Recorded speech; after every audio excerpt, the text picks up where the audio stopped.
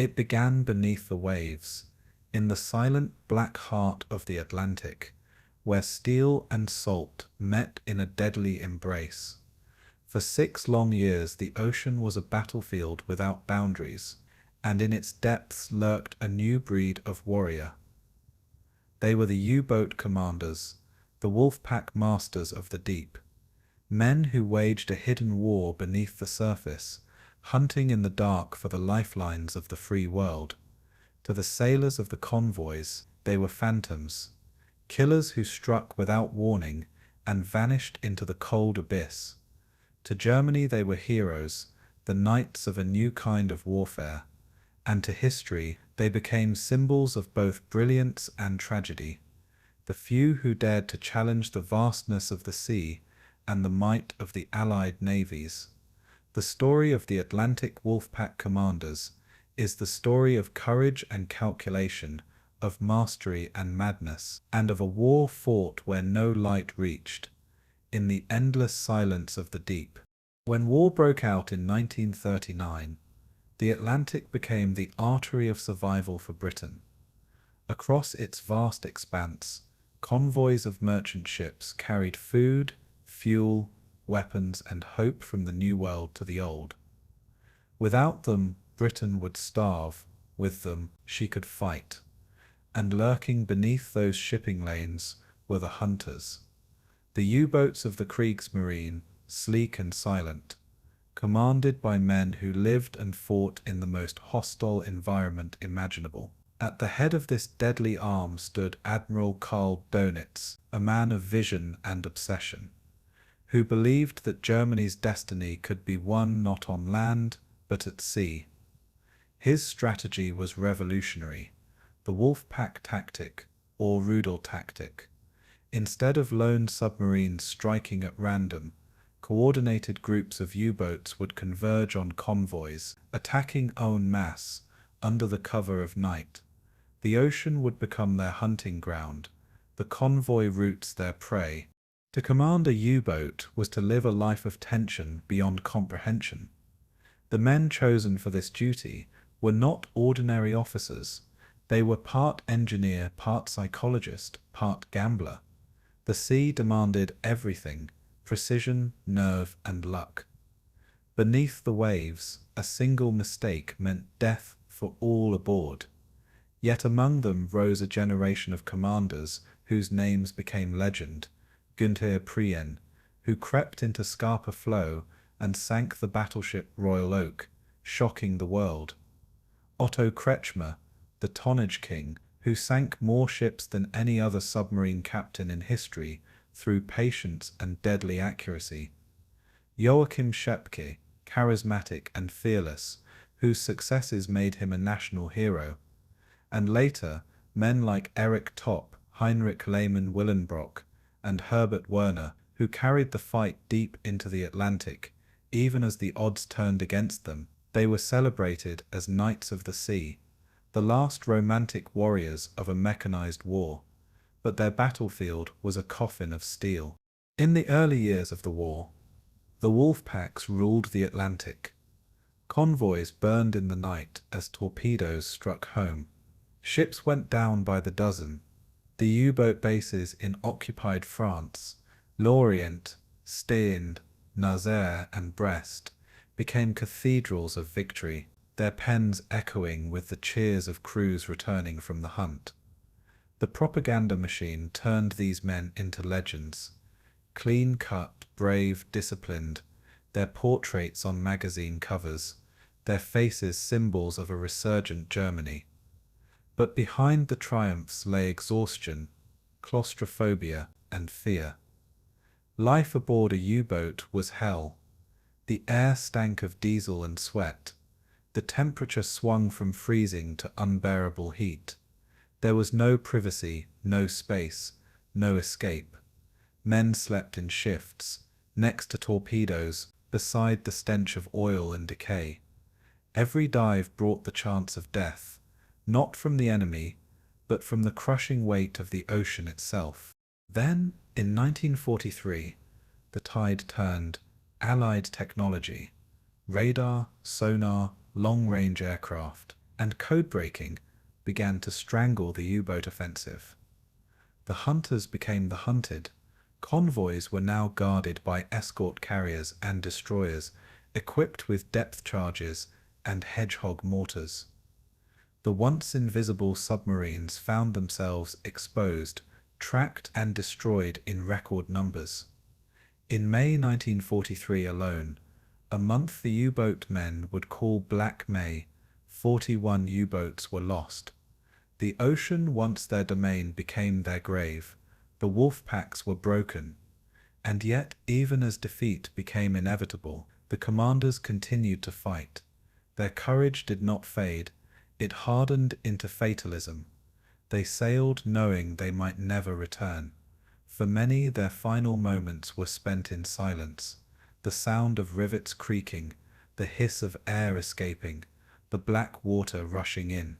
Admiral Dönitz, who would later succeed Hitler as Germany's last Führer, believed until the end that the U-boat war could still turn the tide. But by 1945, of the 40,000 men who had served in the U-boat arm, over 30,000 were dead, a casualty rate of more than 75%. No branch of any military in modern history suffered worse. The oceans of the world became their cemetery, and yet the legend of the U-boat commanders endured, not because of ideology, but because of the raw human element.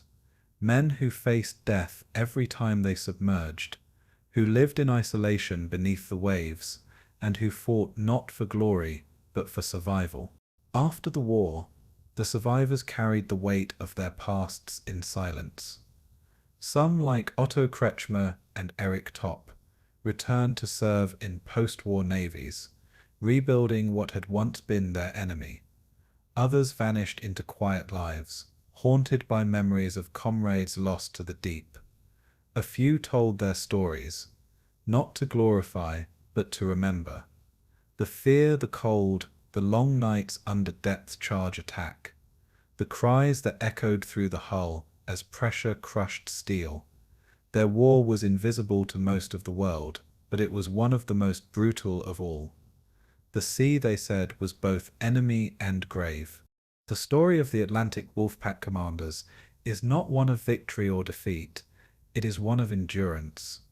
It is a story of men trapped between the call of duty and the vast indifference of the ocean, who fought an impossible war in the loneliest place on earth.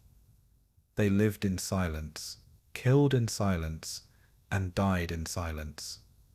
Their wrecks still resting today in the cold darkness where sunlight never reaches. Tonight we dive beneath those black waters, into the conning towers and the control rooms, the orders and the last breaths, to meet the men who commanded the wolves of the Atlantic. This is the entire history of the Wolfpack Commanders, the U-boat masters of the deep, who turned the Atlantic into their battlefield and paid for it with everything they had. Before we begin, tell me, where in the world are you tuning in from, and what time is it for you tonight? The Atlantic Ocean has always been more than water and wind. It is a living presence, deep and eternal, stretching further than the eye can imagine. Its surface glitters under the sun, but beneath lies a world of silence and pressure, a place where human beings rarely belong. For centuries, sailors whispered of what moved unseen in its depths, from great whales to nameless creatures they could never describe. During the 20th century, a new kind of shadow entered these waters, born not of nature, but of steel and human design. The submarine slipped into the Atlantic like a ghost, able to vanish below the waves and return without warning. It brought with it a new feeling, a new kind of fear, for it turned the open sea into a place where the enemy could be anywhere and nowhere at once. In the age of convoys and great naval fleets, the submarine felt like a whisper against a shout, yet it often proved more haunting. The ocean became not only a passage for ships, but a battleground hidden beneath its rolling surface. And so the story begins with silence, with shadows gliding unseen beneath the waves, waiting to be remembered. Every commander who entered these waters carried with him the weight of an invisible world. Above the surface, ships stretched long and wide, their decks crowded with men and supplies, their engines leaving trails of foam. Below the surface, the submarine offered only confinement, dim lights, and the ever-present taste of salt in the air. The ocean's pressure pressed in on the thin walls of steel, reminding everyone aboard of their fragile place in nature's balance. For those who commanded these vessels, the sea was not only an enemy to survive, but a partner that both concealed and revealed. In every dive and every surfacing, there was a reminder that they were only visitors in a realm not their own. Some commanders learned to feel the rhythms of the ocean, to sense its moods, to trust its currents. Others never escaped the feeling of being trapped, as if the vastness around them was also a prison. Yet in both fear and fascination, the Atlantic shaped their every choice. In this way, the commanders became as much creatures of the sea as the ships they guided, their fates tied to shadows beneath the waves. Before commanders became legends, before victories or losses were tallied, there was the ocean itself, unchanging, patient, eternal. The Atlantic had long been a highway of empires, carrying explorers, traders, and warriors across its breadth. Yet in the age of steel submarines, it began to change its character, becoming not only a route, but a hiding place. To the Allied sailors, the waters grew darker, filled with the unknown presence of men they could not see. To the submariners, it became a sanctuary, a shield against the power of larger ships and stronger guns. It was not simply a battlefield, it was an accomplice, one that swallowed the sounds of engines and cloaked the movements of hunters. The commanders who would rise in these waters understood this partnership, sensing that the ocean itself could be their greatest weapon. This relationship between man, machine, and sea gave birth to the myth of the U-boat, and so the Atlantic, vast and restless, became the first character in this story of shadows. Life aboard these early submarines was not easy, but it was strangely intimate. The men lived within narrow corridors, sleeping in bunks shared between shifts, eating food that grew stouler with every day at sea. The air was thick, heavy with oil, sweat, and metal, never truly fresh, never truly free. Yet commanders spoke of learning to hear the heartbeat of their boats, of feeling every vibration through the hull, of knowing when the ocean was kind or when it was hostile. In that confined world, every creak of the hull and every hiss of air carried meaning. Silence was not empty, it was full of warnings, promises, and reminders. To outsiders, the submarine seemed suffocating, but to those who served, it became a second skin. The commanders in particular learned to listen to silence, as if it were a voice of its own. Within that silence they found both power and vulnerability.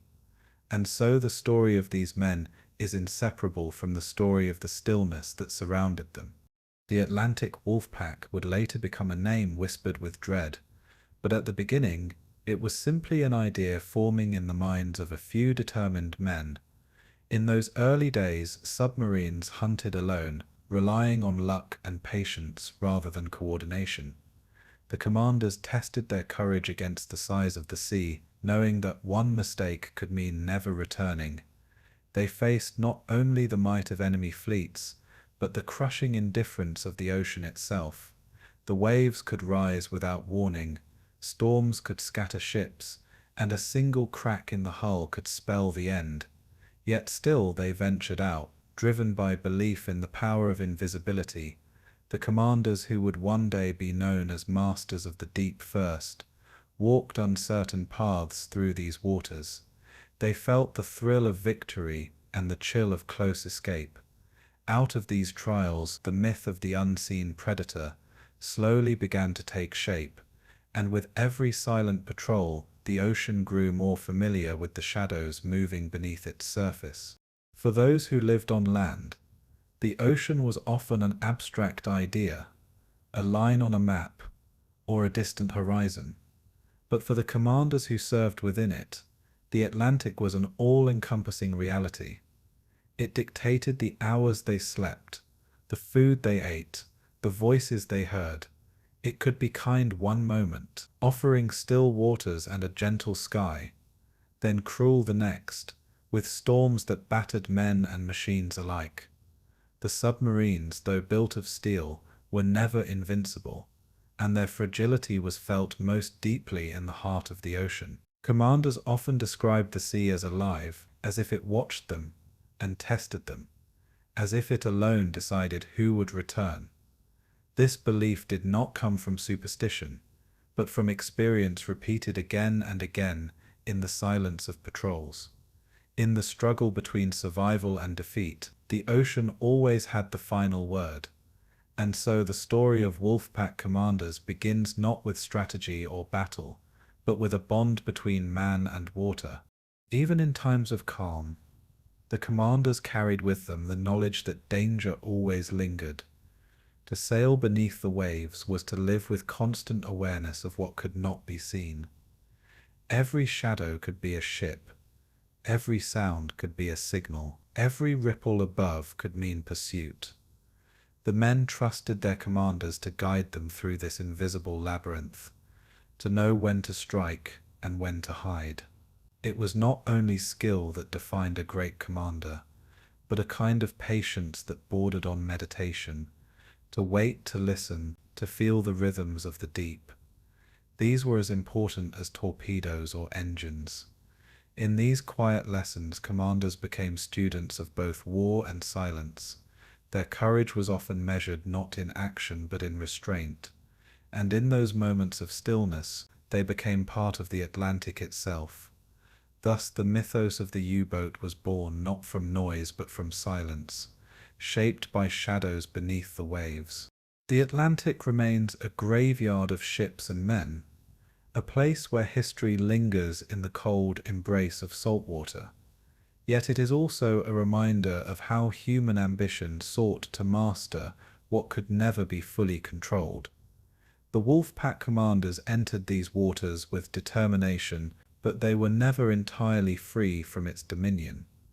Every patrol reminded them that they were both hunters and prey, both powerful and fragile. The ocean taught humility, even as it offered the chance for glory. The story of these men begins with this paradox of strength found within vulnerability. To sail the Atlantic was to step into a world of timeless balance, where silence held as much power as action. The commanders who rose from these depths carried the ocean within them, even after they left it behind, and so as the story drifts onward, we follow the shadows into the heart of the Wolfpack era. When the First World War spread across Europe, the sea too became a place of quiet transformation. Great fleets of battleships moved with confidence, their heavy guns pointed outward, yet somewhere below them moved a quieter rival. The submarines, still young and untested, drifted into the war like an uninvited guest, small in size but vast in potential. Its commanders were men of experiment, venturing into a kind of warfare no generation had known before. They spoke less of grand strategy and more of survival, for every patrol was an exploration of what the human body and mind could endure beneath the surface.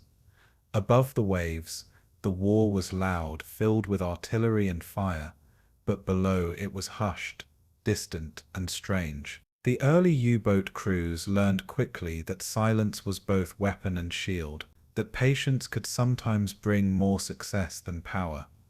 Each dive was a lesson, each return to port, a reminder that they were living in an age of invention.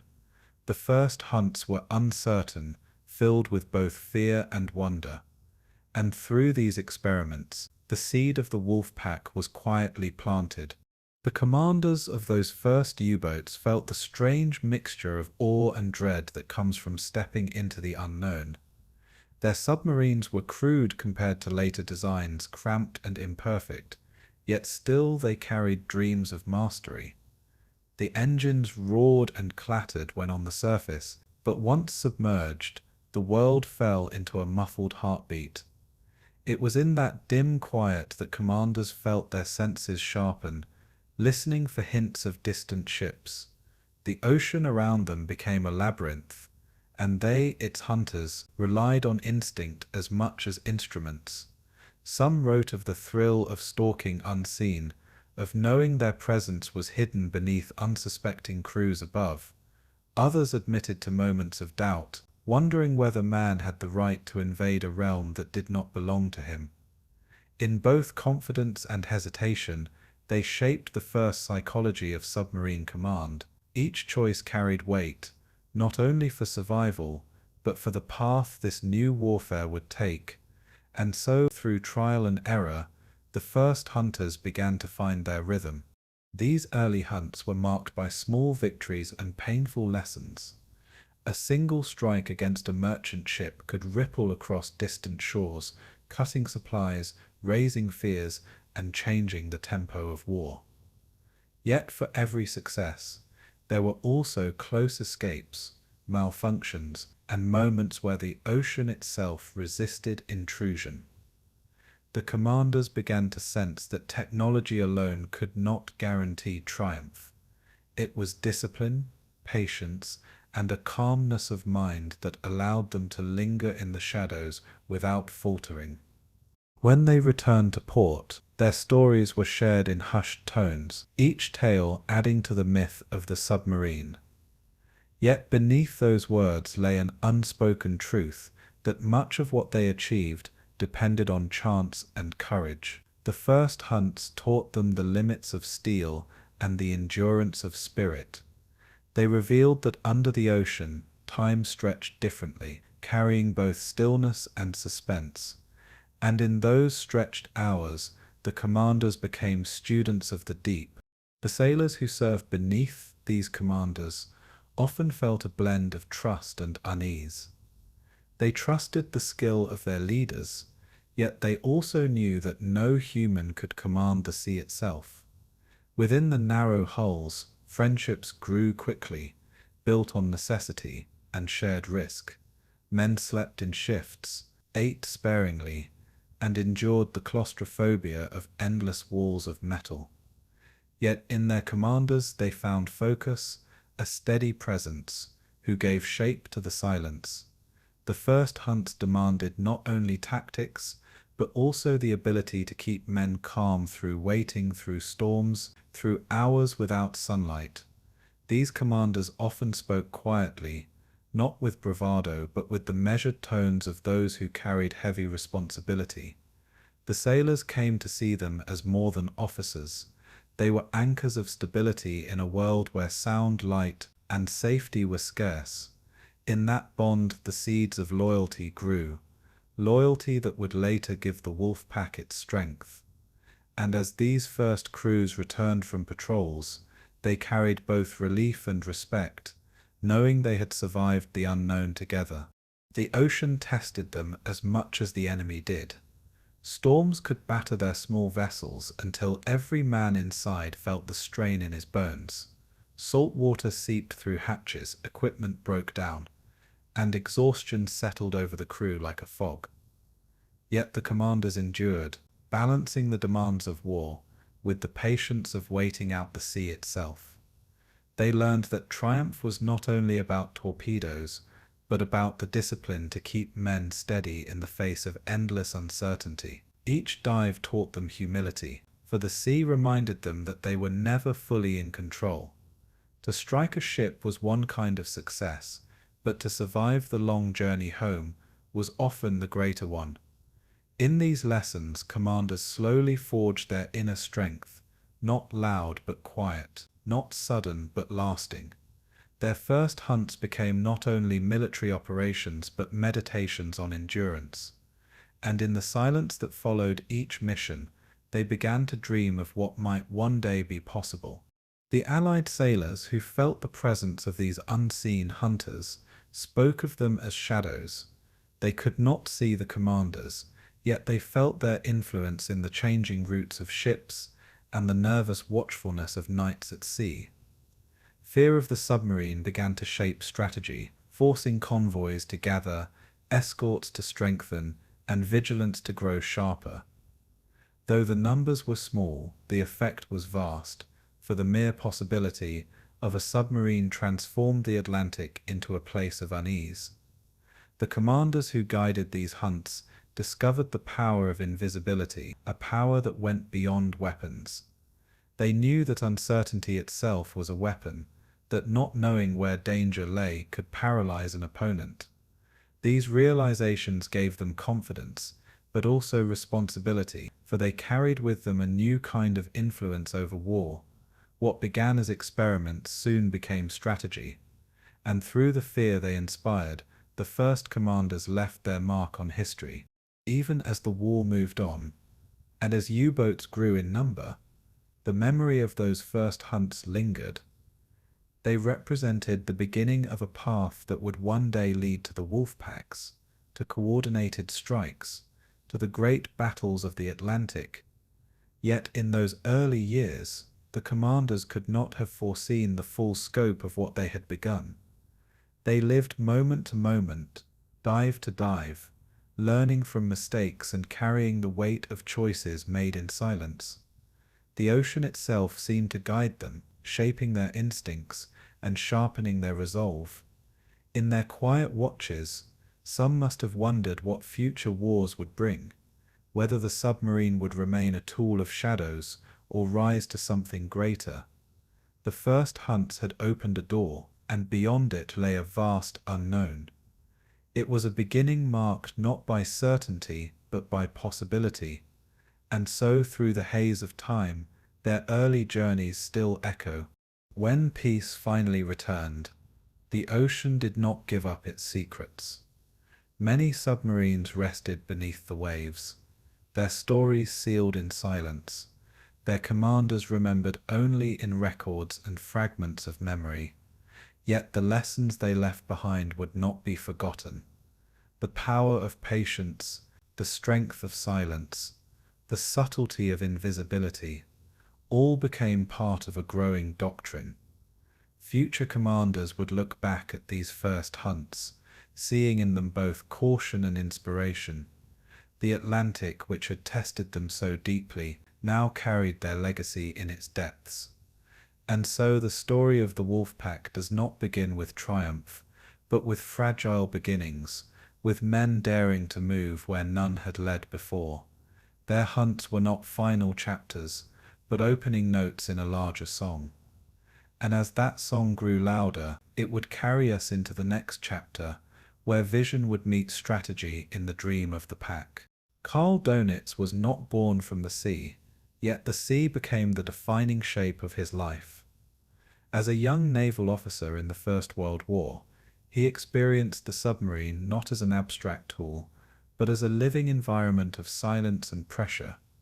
He learned its dangers firsthand, once surviving imprisonment after his own boat was forced to the surface. Out of hardship came reflection, and out of reflection came vision. Dönitz began to see the submarine not as a lone hunter, but as part of a greater design, something more than chance and isolation. He believed the ocean could become a hunting ground, one where coordination would give steel and men a new kind of strength. He carried these thoughts quietly, nurturing them through years when others doubted the submarine's future. In his mind, the Atlantic was not too vast, but perfectly suited for such a doctrine.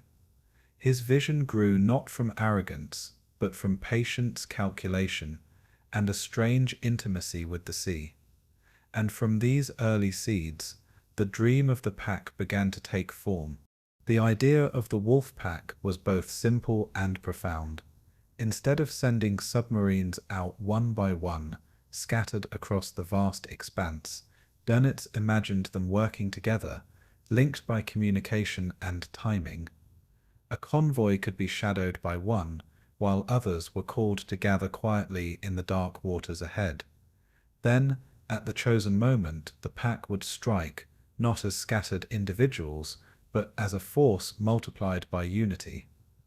The comparison to wolves came naturally, for just as wolves in the forest hunted larger prey by moving as one, so too could U-boats stalk the heavily guarded convoys of the sea. Dönitz believed this would change the balance, turning weakness into strength and patience into overwhelming pressure. His thoughts were not of noise and spectacle, but of precision, of patterns unfolding unseen beneath the Atlantic's waves. He imagined commanders linked by purpose, each one a part of something greater than himself. This was the dream he nurtured, even when others could not yet see its promise. And in time this dream would reshape the war at sea. To understand Dönitz, one must understand his discipline. He was a man who valued order, who believed that structure and clarity could overcome even the chaos of war. His leadership style was not flamboyant, but deliberate, steady, and insistent on detail. He asked much of those who served under him, but he asked no less of himself.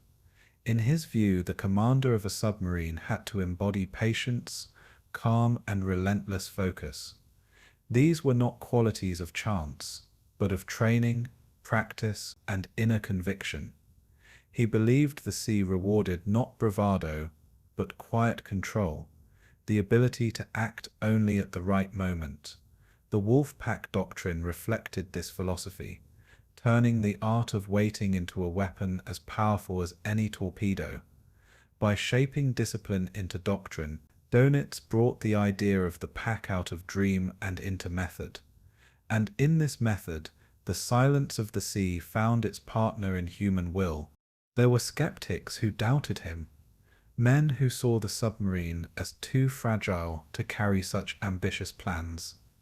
Many in naval command still thought of fleets of battleships as the true masters of the ocean. To them, the submarine was a tool of disruption, not a foundation for strategy. But Dönitz remained patient, knowing that ideas often needed time to be seen clearly. He studied the convoys, studied the routes of trade, studied the ways in which communication could tie boats together. He recognized the weakness of the enemy's long supply lines, stretched across the Atlantic like lifelines, waiting to be severed.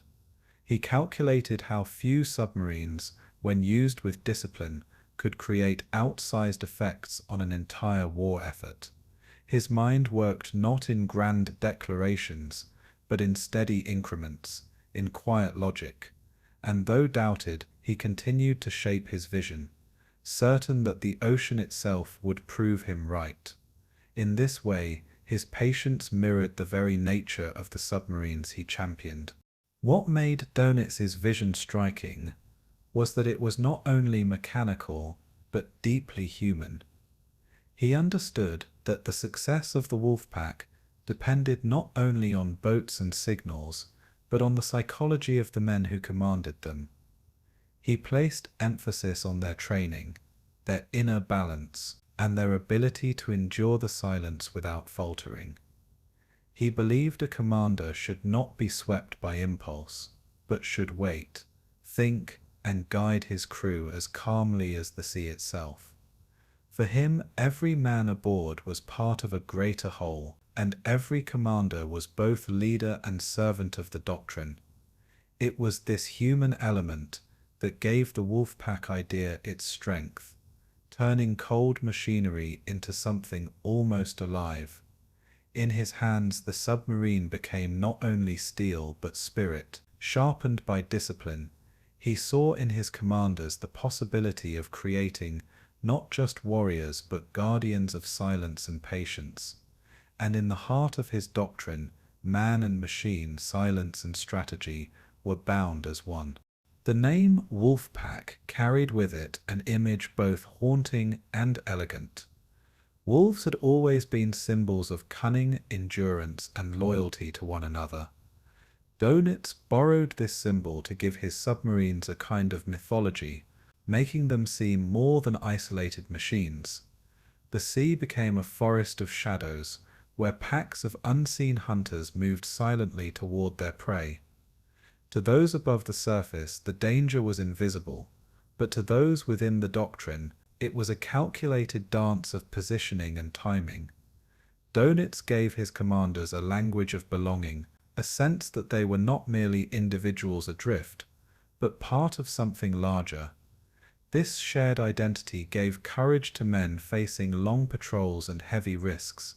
It allowed them to endure the solitude by remembering they were part of a greater whole. In this way, the doctrine was not only strategy, but also story. A story that commanders carried with them beneath the waves. And through this story, the dream became stronger than doubt. In the early years, the Wolfpack remained more dream than reality, limited by technology and by the small number of submarines available.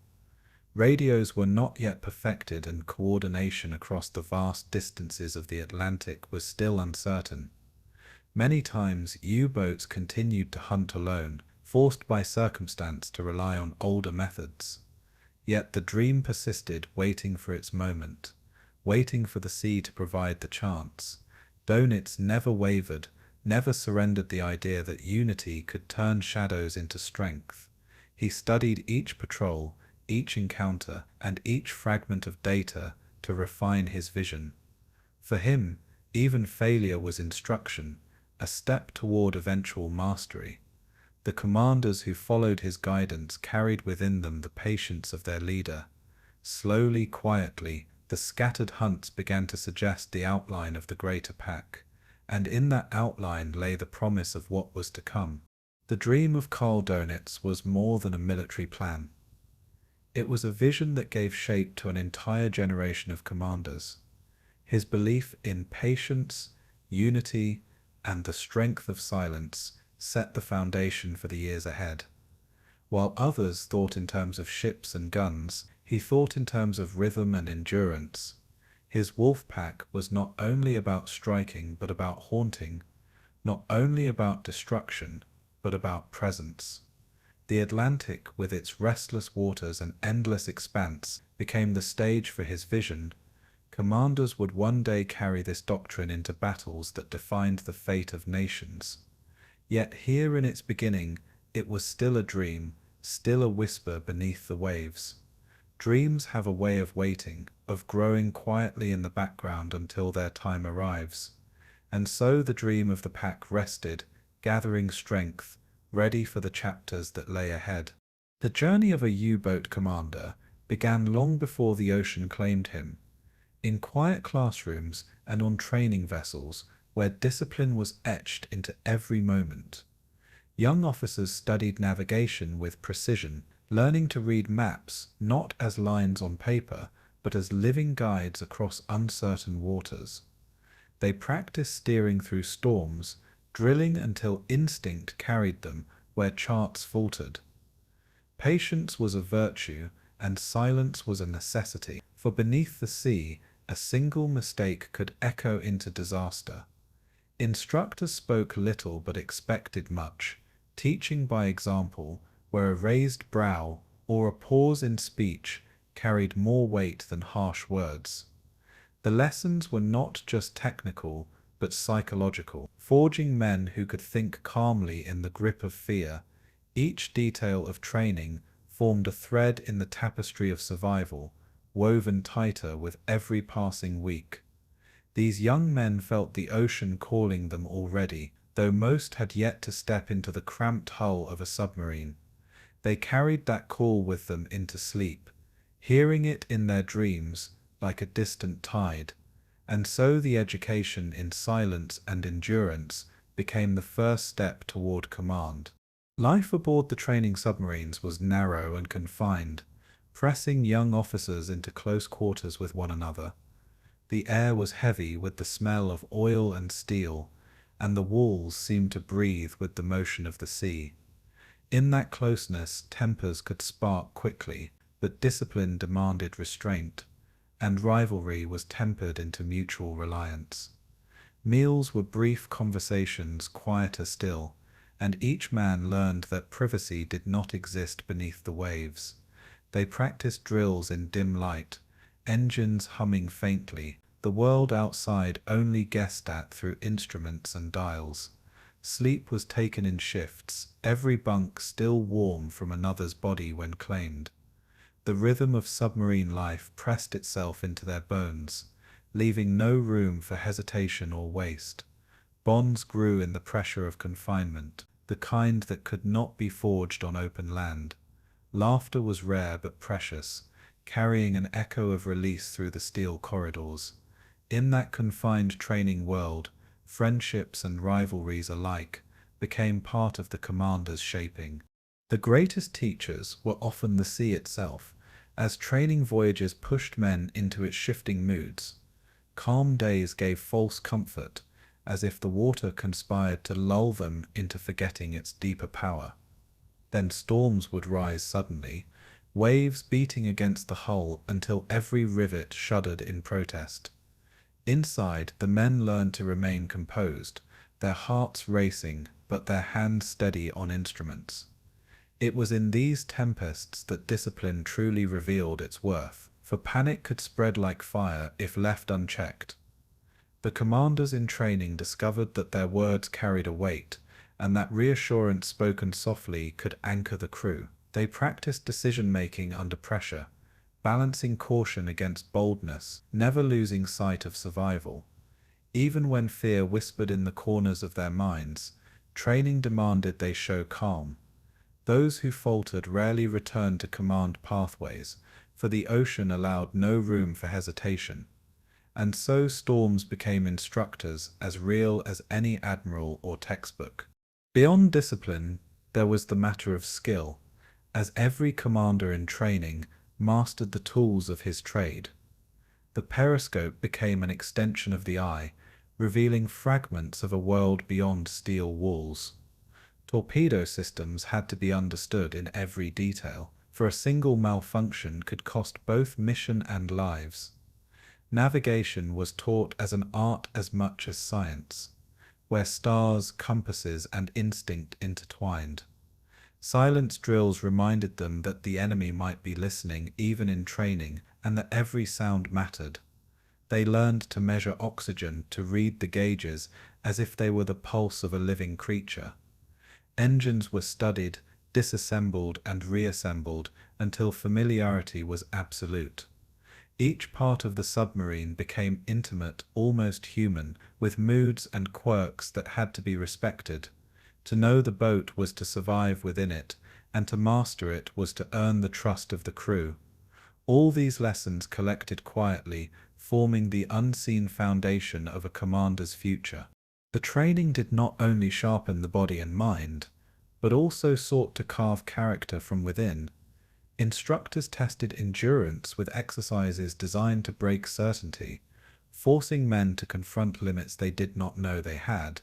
Orders could be sudden, arbitrary, and exhausting, meant to reveal who could endure frustration without faltering. Those who raged or broke were noticed, not with cruelty, but with silent dismissal from the path to command. Those who endured found a quiet strength settling into their core, like iron tempered by fire. Every trial was meant to shape men who could remain unshaken, no matter what the ocean demanded. They came to understand that leadership was not command shouted over noise, but calm guidance in silence. Leadership meant becoming a mirror for the crew's fears, turning them into confidence. This truth sank deeply into those who survived the training, never leaving them even decades later. It was the beginning of transformation into something greater than themselves. Training was also a lesson in solitude. For though surrounded by others, the commander's role was deeply lonely. Responsibility was a weight invisible to most, carried quietly in the knowledge that decisions might mean life or death. Nights on watch brought time to reflect, the hum of engines blending with thoughts of family and fate. Young officers often wrote letters they would never send, words of longing folded away in lockers. The ocean itself seemed to press into these moments, whispering reminders of distance and isolation. Silence became both companion and adversary, sometimes comforting, sometimes unbearable. Yet in that silence the seeds of resilience grew, teaching men to carry their own burdens with quiet dignity. The loneliness became part of the commander's mantle, shaping how he saw himself and his place in the pack. Bonds with comrades were strong, yet leadership required a step apart from them. It was a solitude that would follow them into every mission. Not every man reached the end of training, for the ocean and the discipline demanded selectiveness. Some were broken by the strain, realizing too late that courage was not the same as endurance. Others lacked the instincts that survival demanded, their mistakes quietly noted, and their paths redirected. Only those who carried a strange balance of calm resolve and empathy remained. They emerged not triumphant but tempered, carrying scars invisible to the eye. Their smiles were rarer, their eyes steadier, their gestures quieter. To be chosen as a commander was not victory but responsibility, a vow silently accepted. The men who reached this stage felt a mixture of pride and unease, aware of what lay ahead. Their journey had only begun, but already the weight of the sea rested upon them. The training halls and narrow boats behind them became silent guardians of the lessons learned. Thus the masters in training stepped into the world with sharpened senses and tempered resolve. They carried the lessons of storms, silence, and solitude as invisible weapons. Friendships and rivalries had carved them into sharper shapes, and endurance had bound them more tightly than steel. They were no longer boys eager for adventure, but men marked by discipline and patience. The ocean had begun its quiet, claiming, though they did not yet understand the fullness of its grip. Each commander who emerged carried the legacy of those who faltered along the way. The submarine was no longer merely a vessel, but an extension of their being. Training had taught them that mastery was not dominance, but respect for the sea and the men within it. They would soon step into the greater world where war demanded their skill and silence in equal measure. And so the ocean waited, preparing to test them beyond training, in the hunts that were to come. The Atlantic, wide and restless, had long been a place of uncertainty for sailors, but now a new presence made it feel smaller, more intimate, and quietly threatening. The first Wolfpack patrols were scattered across the ocean, distant boats linked by signals and patience, moving like shadows toward their unseen target. Above the waves, Allied convoys followed routines, learned over months, unaware that they were being studied, followed and circled by silent watchers. The commanders beneath the water observed without haste, noting patterns, currents, and weaknesses, shaping their attack with careful deliberation. In the narrow hulls of the submarines, men worked in hushed coordination, each aware of their place in a larger plan. The water carried sound differently here, softening engines and masking movement, creating an invisible theater of tension. Above, the rhythm of life aboard the convoys continued, innocent and unaware of the orchestration below. The first strikes would be as quiet as a tide rolling onto a shore, subtle but decisive. This was not chaos, but calculation, not spectacle, but strategy, and the ocean carried it all in silence. And so the hunters waited, letting the Atlantic itself draw the outlines of what was to come. When the moment arrived, it was not announced by clamors or alarms, but by a whisper of motion beneath the waves. One boat struck first, timing measured and precise, a touch as careful as a painter's brush. The men above felt the effects not only through disturbance but through sudden awareness, a tension that tightened the air as if the sea itself had shifted. In the submarines, commanders recorded every pulse, every reaction, their minds cataloguing patterns for the next approach. The Atlantic became a shared instrument, a silent partner in a dance of strategy and patience. Each wave carried sound and shadow, shaping both fear and anticipation in equal measure. The crews above, sensing unease, tightened routines and watched the horizon with sharper eyes. Every moment of waiting stretched the tension, every small movement a reminder of the unseen, and beneath it all, the commanders felt the cold clarity of their first victories, quiet yet absolute. This was the moment when theory met reality, when the pack revealed its power. The Wolfpack tactic did not rely on noise or spectacle, but on unity and timing, the subtle coordination of multiple submarines moving like one organism. Each commander acted with both independence and harmony, trusting in signals and shared intent rather than spoken orders. The ocean, vast as it was, became a corridor through which strategy flowed, and the Atlantic's moods shaped every decision. Patience, cultivated through months of training, became a tool, sharpening their awareness of opportunity and risk. Above, sailors sensed the change, a tension they could not name, a shadow moving through patterns they thought familiar. The sense of being observed shifted the atmosphere of the convoys, replacing routine with unease. Below, men recorded every shift, noting how the rhythm of the sea, the patterns of light, and the subtle changes in sound revealed possibilities. Each strike was followed by quiet retreat, leaving no trace but a growing sense of vulnerability above. In this way, the Wolfpack began to transform the Atlantic into a theater of silent, coordinated motion. And in this transformation, the first real test of doctrine was underway. The success of the first pack strikes was as much psychological as tactical. Commanders began to understand the fear they inspired was itself a force, shaping the behavior of those above the waves. Convoys altered course, tightened formations, and lingered with caution, not knowing the scale of the threat beneath them. This unseen pressure, carried through the water, became a weapon as real as any torpedo. Men below learned to watch for reactions, to anticipate movements, and to shape the sea into a channel of influence.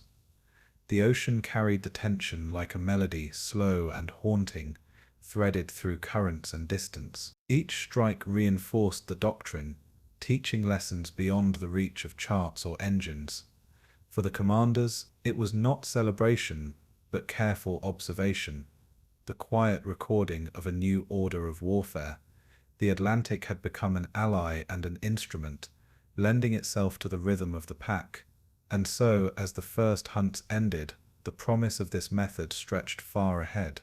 Yet even in the height of success, uncertainty lingered.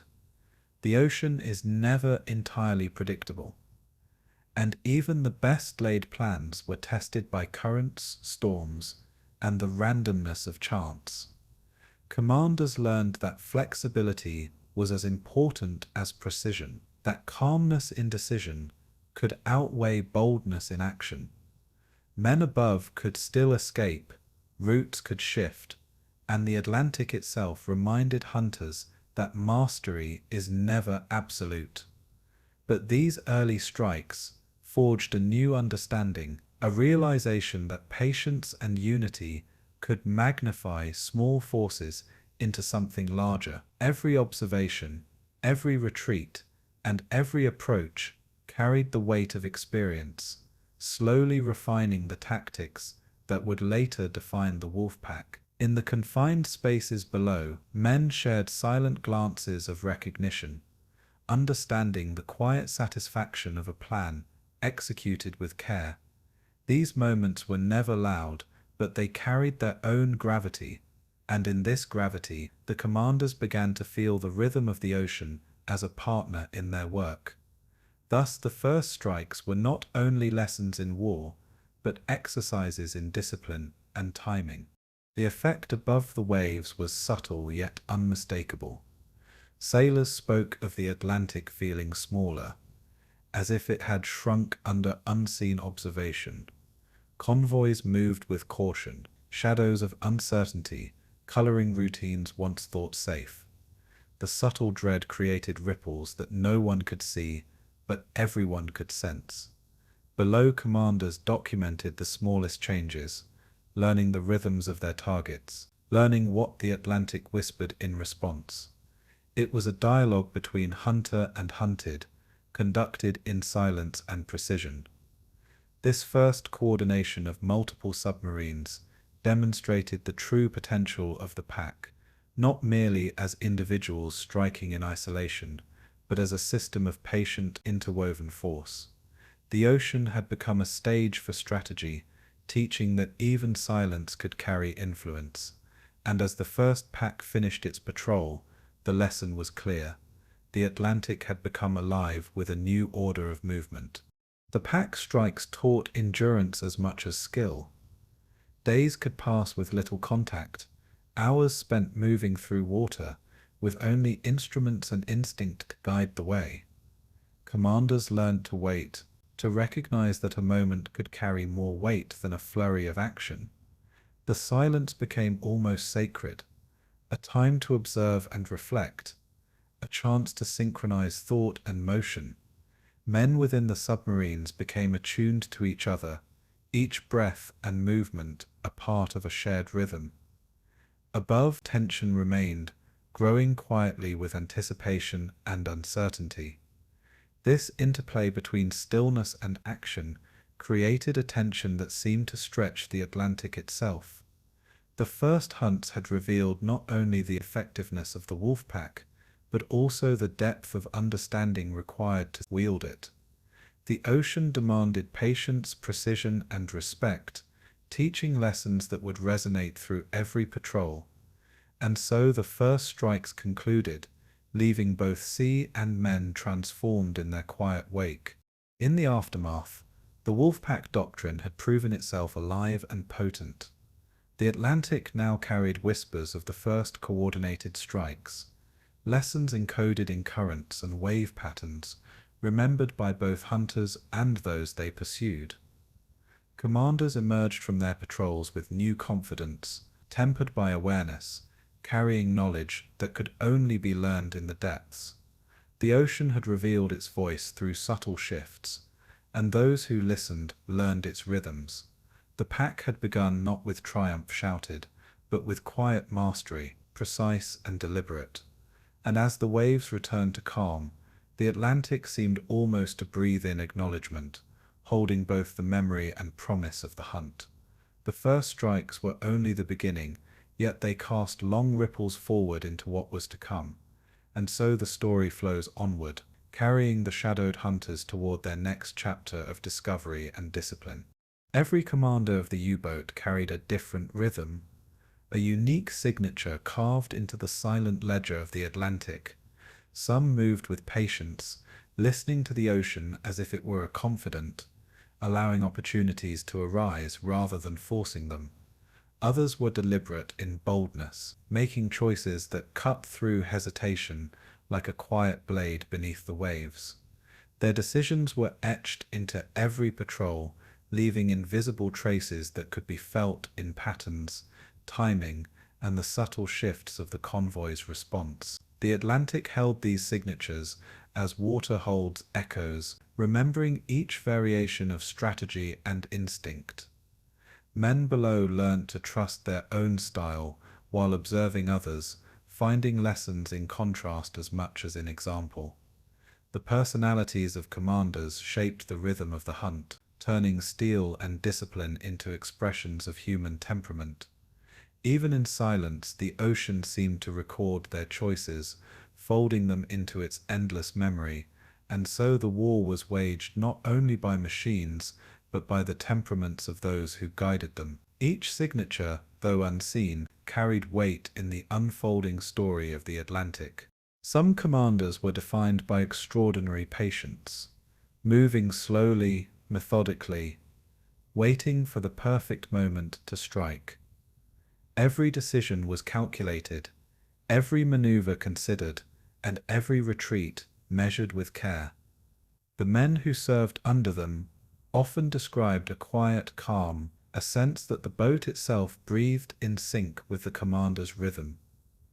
In these vessels, silence was not tension, but a form of clarity, allowing the crew to anticipate dangers before they appeared.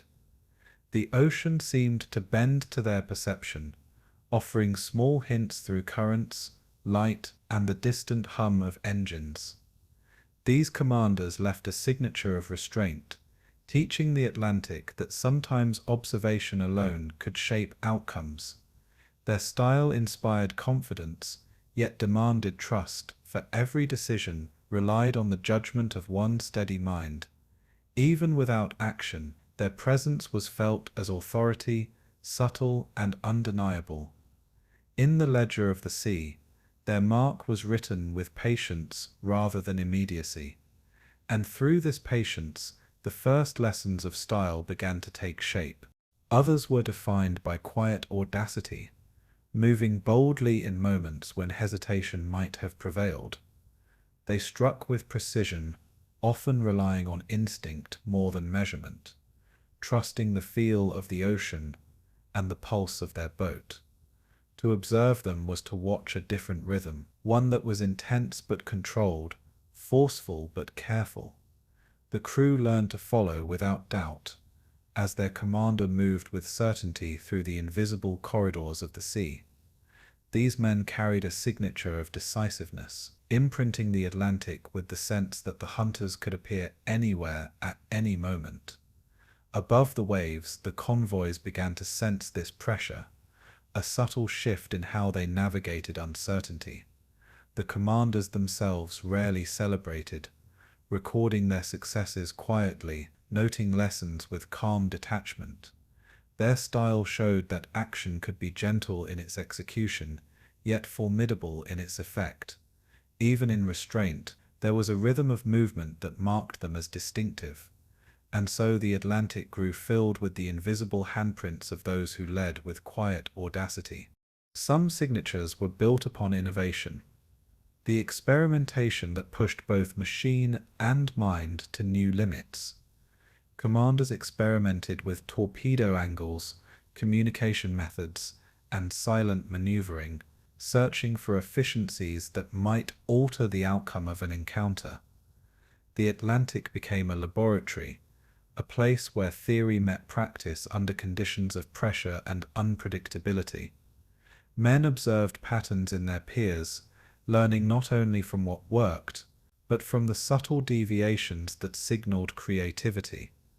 These innovations were often small, subtle, and almost imperceptible, yet they shaped future tactics in profound ways. Above the waves, the convoys could not sense these subtleties, feeling only the effect of what was hidden below. The ocean itself seemed to approve, rewarding those who moved with both thought and intuition. Each creative maneuver became part of the quiet archive of the Atlantic, folded into the memory of the waves. The signature of innovation left a mark that others would follow, guiding the evolution of the hunt. And in that evolution, patience, audacity, and ingenuity combined to shape the larger story of the Wolfpack. Even within the tight confines of a single vessel, personality left its imprint. Commanders influenced the rhythm of work, the tone of communication, and the subtle hierarchy of trust among the crew. Some preferred silence to encourage observation. Others spoke softly to guide action without pressure.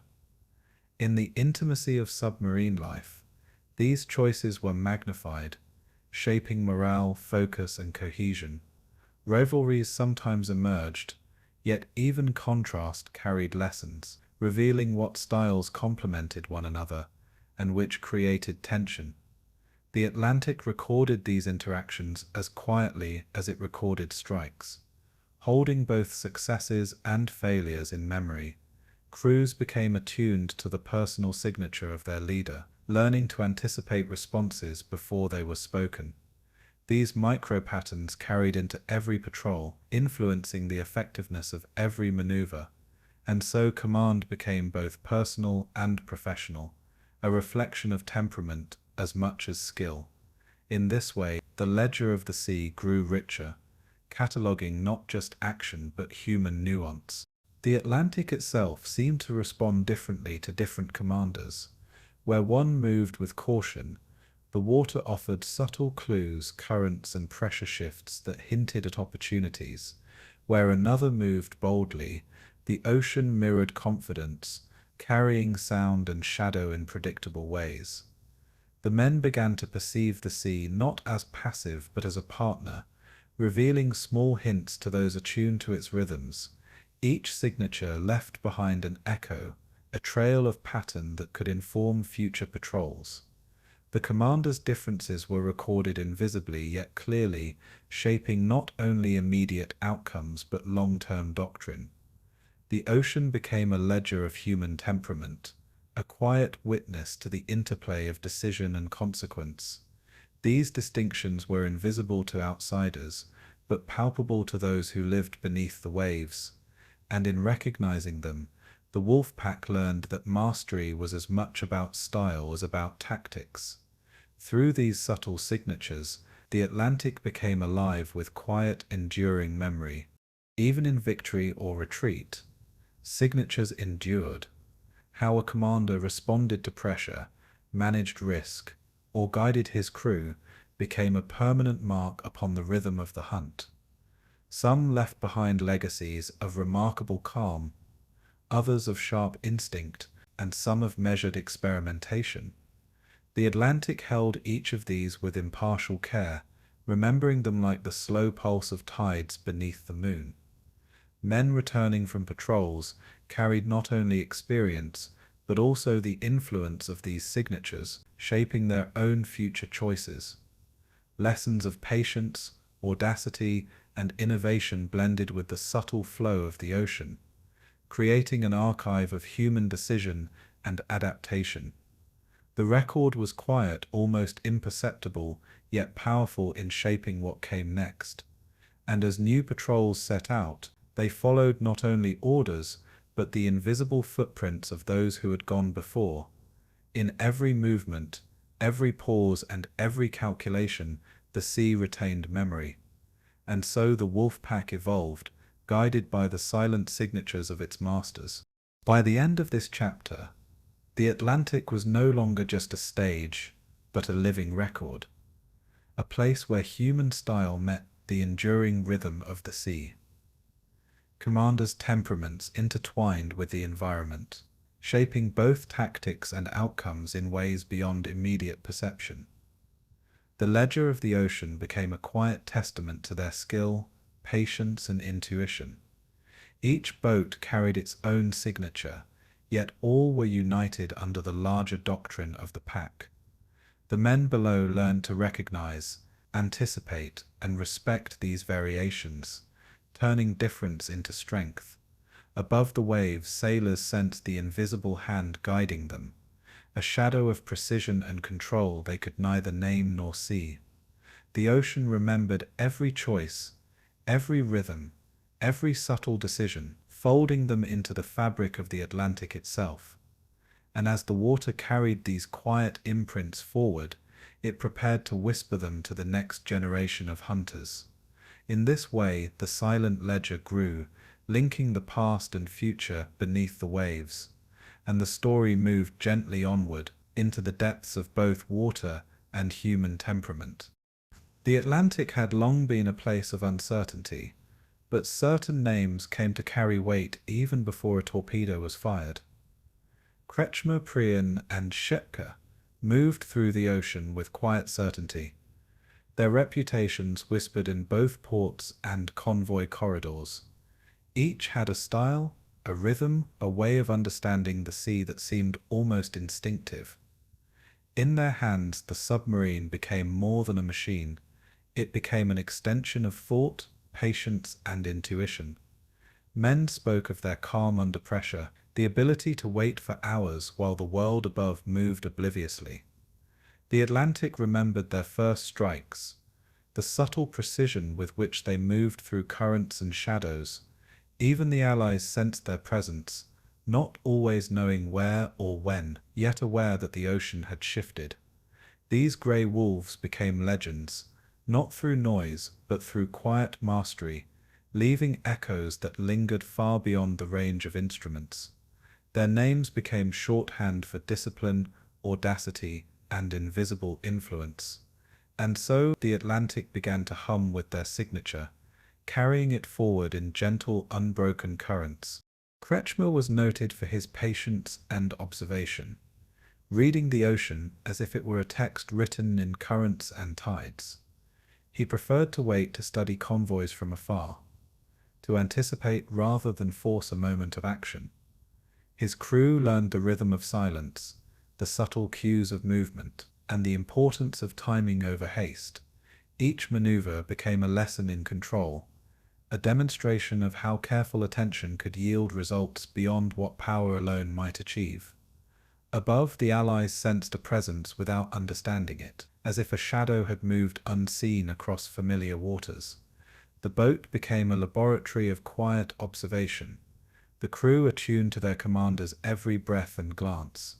The ocean offered subtle hints, currents that shifted imperceptibly, signals that only patience could interpret. Kretschmer's first patrols left impressions that endured, shaping both doctrine and legend. And in the way he moved through the Atlantic, the very rhythm of the waves seemed to respond, bending subtly to his intent. His style was a soft echo of strategy itself, guiding those who would follow. Prien, in contrast, embodied boldness tempered by calculation, a presence that could strike decisively when the moment was right. His eyes observed, but his hands moved with deliberate immediacy, translating instinct into action. The Atlantic responded to him differently, offering opportunities that he seized with quiet confidence. Above, sailors began to sense the difference, a subtle tension in the water that suggested precision and determination. Prien's strikes became studies in efficiency, measured and purposeful, leaving few traces but strong impressions. His crew learned that decisiveness could coexist with calm, that action did not require loud display. The ocean itself became a partner in his strategy, currents and tides guiding him as much as instruments and charts. Each patrol refined his signature, a blend of daring and method that left its mark quietly, yet unmistakably. And in these movements the Atlantic seemed to remember him, storing the rhythm of his strikes in its endless memory. Through his presence, the Wolfpack's potential for concentrated force began to reveal itself. Schepke's approach was one of methodical intensity, a careful balance between observation and bold maneuvering. He studied convoys as if each vessel were part of a living puzzle, piecing together patterns in silence. His strikes carried a rhythm both deliberate and inevitable, the result of experience honed through patience and calculation. Crew members learned to move in sync with his expectations, following cues that were almost imperceptible but deeply understood. Above the water, the sense of being hunted grew, a tension that could not be pinpointed, but was widely felt. Schepke's style combined the quiet patience of Kretschmer with the decisive presence of Prien, creating a signature of unmistakable authority. The Atlantic seemed to yield to him, as though currents themselves whispered guidance, carrying subtle information that only attuned minds could grasp. His actions were studied and recorded by peers, and by those who would later write the histories of the war. In every approach, maneuver, and withdrawal, his imprint on the silent ledger of the sea deepened. And through this imprint, the Wolfpack learned the power of rhythm, perception, and understanding. Together, these grey wolves formed the early constellation of the pack, their styles distinct yet complementary. The Atlantic carried their signatures in currents, in the faint hum of the waves, in the invisible dance of strategy and patience. Commanders observed one another as much as they observed the enemy, learning from variation and harmony alike. Each name became shorthand for a philosophy of movement, a testament to the way temperament shaped the flow of war. Above, sailors grew wary, not only of steel, but of the intangible presence that seemed to guide it. The wolves moved in quiet coordination, even without direct communication, creating patterns that hinted at mastery. Their reputations traveled ahead of them, whispers that influenced decisions and routes long before they arrived. The Atlantic, a vast and restless expanse, became their shared stage, a canvas for skill, timing, and intuition. In their movement, the ocean carried both dread and admiration, threading stories that would ripple through history.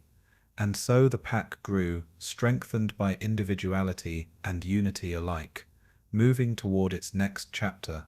The psychological weight of these commanders shaped not only their crews, but the broader theater of the Atlantic. Their calm under pressure inspired quiet confidence, while their decisiveness impressed necessity upon each maneuver. Even minor choices carried amplified effects, as the coordination of multiple boats magnified subtle decisions into sweeping influence. The ocean responded differently to each, teaching lessons that charts could not, patterns that instruments alone could not reveal. Men above sensed presence without seeing form, feeling patterns shift as if the water itself had a mind. The grey wolves' reputations became an invisible currency, influencing both action and perception. Patience, audacity, and precision combined to create an unseen rhythm, one that guided both allies and enemies in unconscious ways. In the silent ledger of the sea, each strike, maneuver, and observation added a line of enduring influence. And as the Atlantic continued to move, so too did these signatures ripple forward, unseen yet undeniable. The stories of the grey wolves were now entwined with the waves themselves. The Atlantic remembered them not as individuals alone, but as a network of skill and temperament, a living archive of decision and instinct. Each patrol, each encounter, became a quiet lesson shaping both doctrine and legend. Above the waves, sailors could sense only the subtle pressure, the unseen rhythm that suggested mastery, without revealing it. Below, crews absorbed their commander's style, learning the dance of observation, anticipation, and action that would define the Wolfpack. The ocean itself seemed to hum with these signatures, recording both success and nuance, memory folded into currents and tides. These men were not known for noise or spectacle, but for the invisible influence they exerted, quiet yet profound. Their reputations, whispered among Germans and Allies alike, carried authority before arrival. In understanding them, the Wolfpack began to see how individuality could strengthen collective power, and as the Atlantic moved, it held both past and present, preparing the stage for the hunters yet to come. The grey wolves had left their mark, subtle yet eternal, shaping the rhythm of the hunt that stretched onward. By the end of these early patrols, the aura of the grey wolves was solidified, not through fame, but through quiet mastery and enduring presence. Their names became reference points, touchstones of skill, patience, and instinctive strategy. Each commander's signature added depth to the Wolfpack, creating a network of influence that was more felt than seen. Above the waves, convoys moved cautiously, sensing patterns without comprehending their origin. Below, the crews absorbed not only orders, but the invisible guidance of temperament and rhythm. The Atlantic, vast as it was, had begun to carry stories, silent and enduring, of these hunters and their methodical dominance. The grey wolves of the Atlantic demonstrated that warfare was as much about perception as force, subtlety as strategy. And in this demonstration, the doctrine of the pack grew richer, deeper, and more resilient. The ocean preserved these lessons in its currents, waiting for the next wave of hunters to learn from them. and as the sea shifted onward, it carried both memory and promise forward, preparing for the chapters yet to come. The Atlantic in 1940 had become a theatre of invisible tension, where the great convoys moved across vast waters, unknowingly guided by shadows beneath. Wolfpack commanders coordinated across miles of ocean, sharing signals, observations, and subtle timing, weaving a quiet net around their quarry. Each patrol was an exercise in patience and precision, the ocean itself seeming to hold its breath as decisions unfolded. The rhythm of engines, the patterns of waves, and the faint hum of distant propellers became instruments in an unspoken orchestration. Crews within the submarines moved with synchronized calm, anticipating one another, trusting the invisible hand of the pack. Above, sailors sensed unease, a tension that could not be named, a presence that felt almost alive within the currents. These early convoy clashes were lessons in coordination, a dance of anticipation and subtle influence. The Atlantic seemed to carry both dread and fascination, haunted by the silent movement of skilled hunters. And in that haunting, the story of strategy, patience, and human resolve deepened its imprint on the ocean. Each encounter left an invisible trace, shaping what was to come. Commanders measured not only opportunity, but timing, choosing moments when darkness, distance, and tide would magnify their subtle influence. Every decision was quiet, deliberate, a careful balance between action and restraint. The men above, aware only of changes in formation and light, could not see the invisible choreography beneath them. The Atlantic became a theatre of whispers, currents, and waves, carrying signals that instruments alone could not detect. Every boat in the pack moved as part of a greater rhythm, each strike informed by the choices of its companions. Men inside the submarines felt the pull of tension, the quiet gravity of purpose guiding their movements. Even minor adjustments in position or depth held significance, rippling through the water in ways both subtle and profound. The convoys, vast yet fragile, became shadows of certainty, their routines reshaped by the invisible touch of the hunters. And as one clash ended, another seemed already waiting, the Atlantic carrying the memory forward in its currents. In this way, every engagement became a lesson in patience, coordination, and quiet influence. The coordination of multiple boats created a rhythm unlike any single vessel could achieve. Signals, often brief and coded, stitched together distant minds across the dark expanse. Each commander observed not only the convoy, but one another, learning patterns, anticipating maneuvers, and adjusting with calm precision. Above, sailors experienced only the sense that something had changed, the subtle weight of being watched without knowing where. Within each submarine, men moved in quiet harmony, the rhythm of breath and task blending into a shared focus. The Atlantic seemed almost sentient, responding to pressure, echoing movements, and amplifying tension in invisible ways. These convoy battles were exercises in orchestration, where patience magnified small actions into sweeping effects, and even without spectacle, the influence of the pack was palpable, stretching over miles of sea and weaving through every current. Each strike, withdrawal, and repositioning left a silent imprint, teaching both hunter and hunted. And so the Wolfpack's mastery of coordination became tangible, felt in tension, in rhythm, in the shifting Atlantic itself. Some commanders became known for their subtlety, for the way they could guide a convoy without the crews ever realizing it. Their signals were quiet, their timing perfect, their patience unshakable. Even above the waves, sailors sensed the shift, adjusting without understanding why. responding to pressure that had no visible source. The Atlantic held these moments in memory, each subtle maneuver recorded in currents and tides. Within submarines, men learned the interplay of restraint and influence, observing, waiting, and responding as a single organism. These silent signatures defined the character of each commander, shaping the larger pattern of the Wolfpack. The ocean itself seemed to hum with these imprints, a quiet echo of strategy, instinct, and discipline.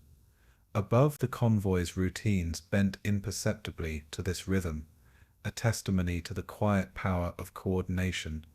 And in this bending, the Atlantic became a teacher, a mirror, and a witness. Each engagement left traces that would guide future hunts in ways unseen yet undeniable. The psychological weight of the convoy battles was subtle yet immense. Men below carried responsibility not only for action but for the ripple of consequences through both crew and sea. Silence became a companion, guiding thought and choice, teaching endurance and focus.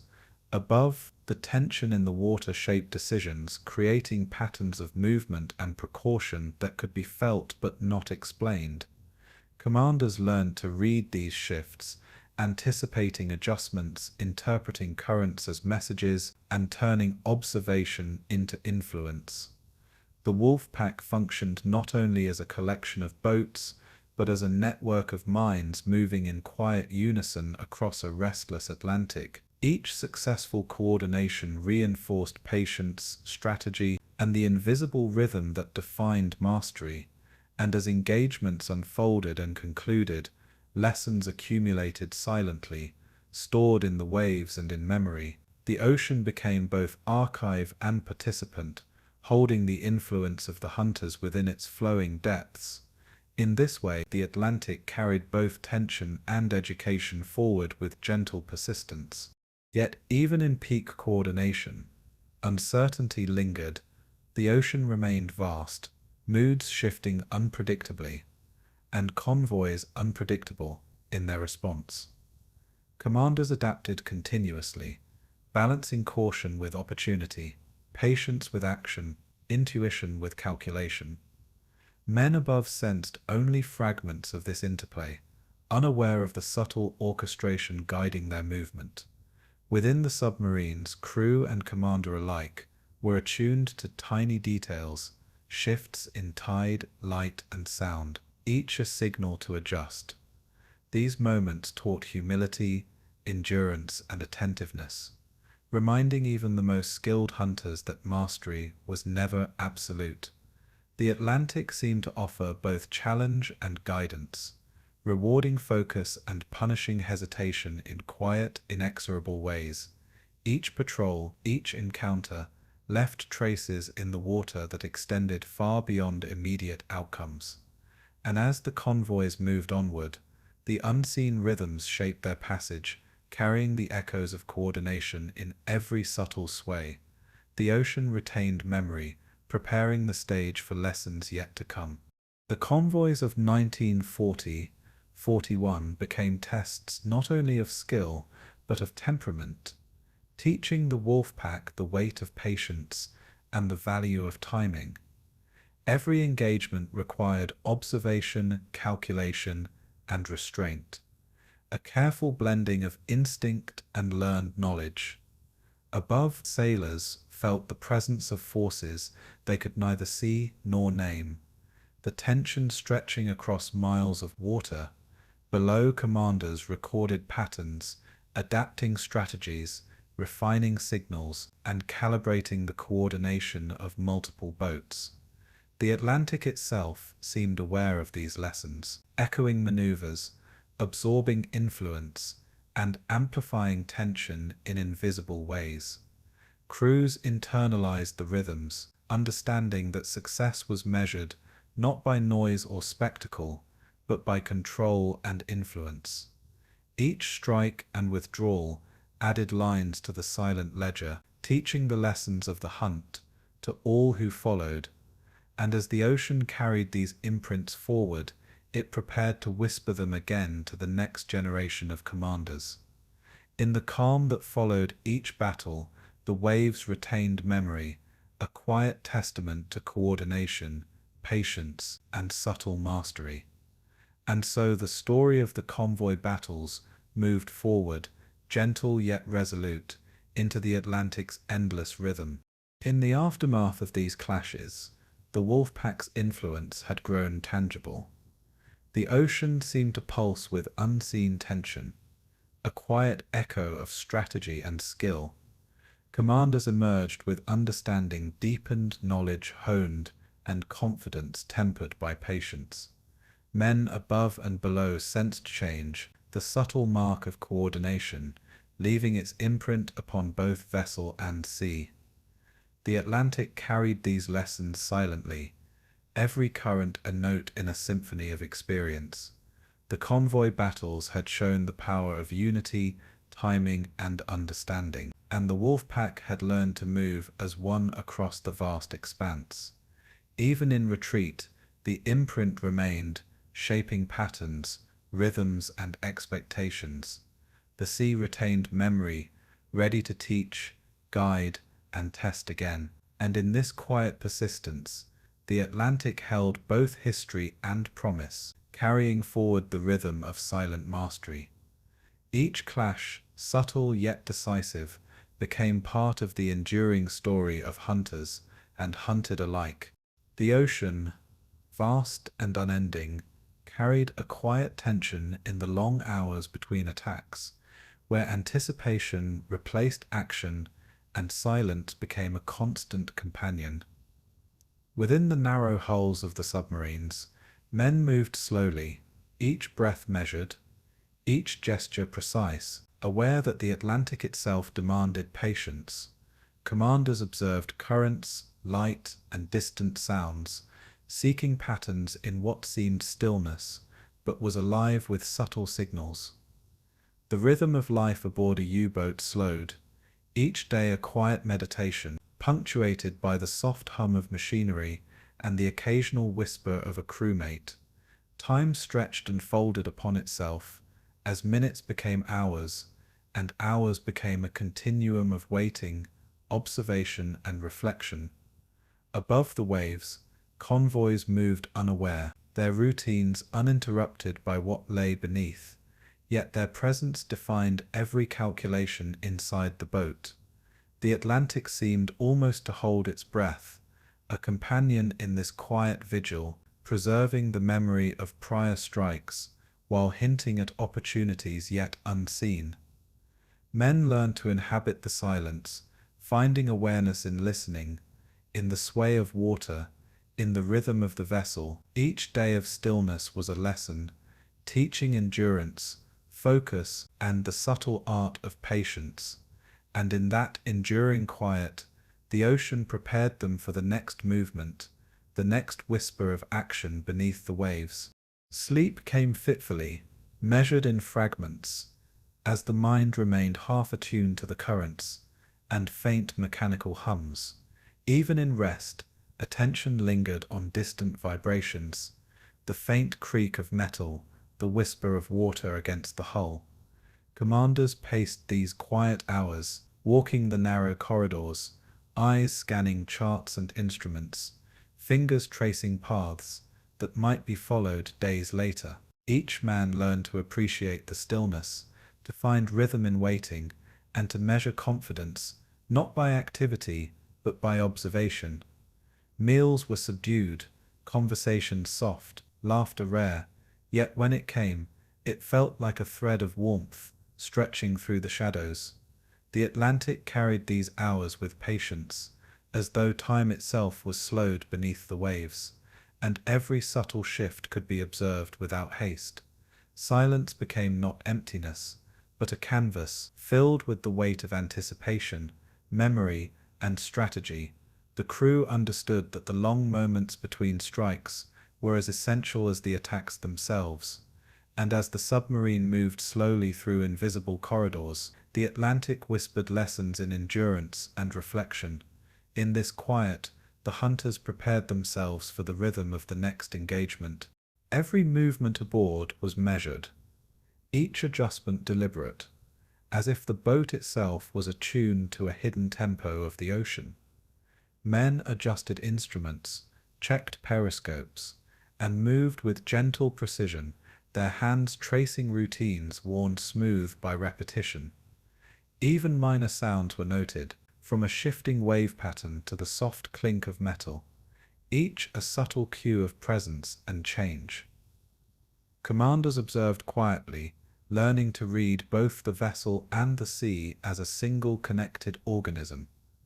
Above, the convoys continued their paths, unaware of the watchful eyes below, yet their courses informed every calculation, every observation.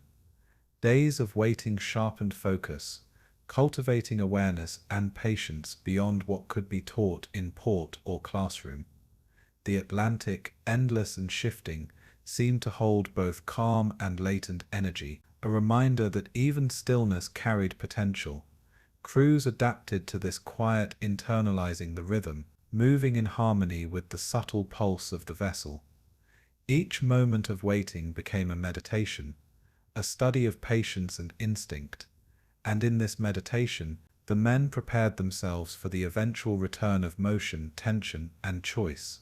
The silence carried with it a certain intimacy, a closeness among men confined in tight quarters for long stretches. Conversations were often whispered, laughter rare, but when it surfaced, it drew the crew together in the shared experience of waiting.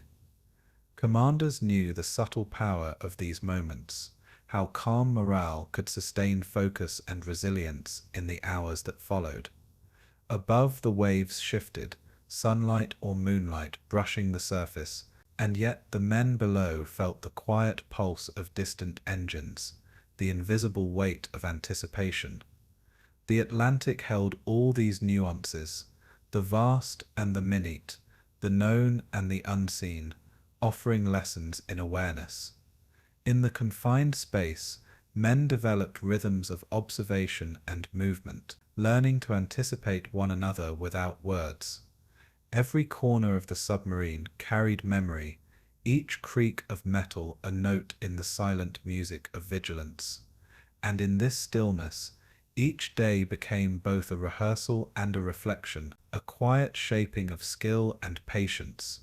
The Atlantic offered a mirror of thought, reflecting preparation as much as potential action, and as the minutes flowed slowly into hours, the long silence shaped both men and machine alike. Even in the calm, the mind remained alert, scanning for the faintest indication that opportunity or danger might emerge. Instruments were checked with meticulous care, periscopes raised to catch distant hints, and signals from other boats interpreted with attention and thought. Every crewmate became part of a shared consciousness. Each movement, each glance, a contribution to the subtle orchestration of observation. The Atlantic seemed alive, carrying vibrations that were almost imperceptible, shaping decisions and teaching awareness through every passing hour. Commanders reflected quietly on prior strikes, noting patterns, revising tactics, preparing mentally for the return of activity. The long silence was both a challenge and a teacher, cultivating resilience, observation, and harmony among men and vessel alike.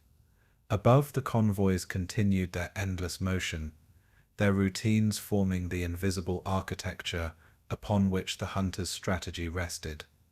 Every subtle change in weather, wave, or light became a point of attention, a possible cue for action days or hours later.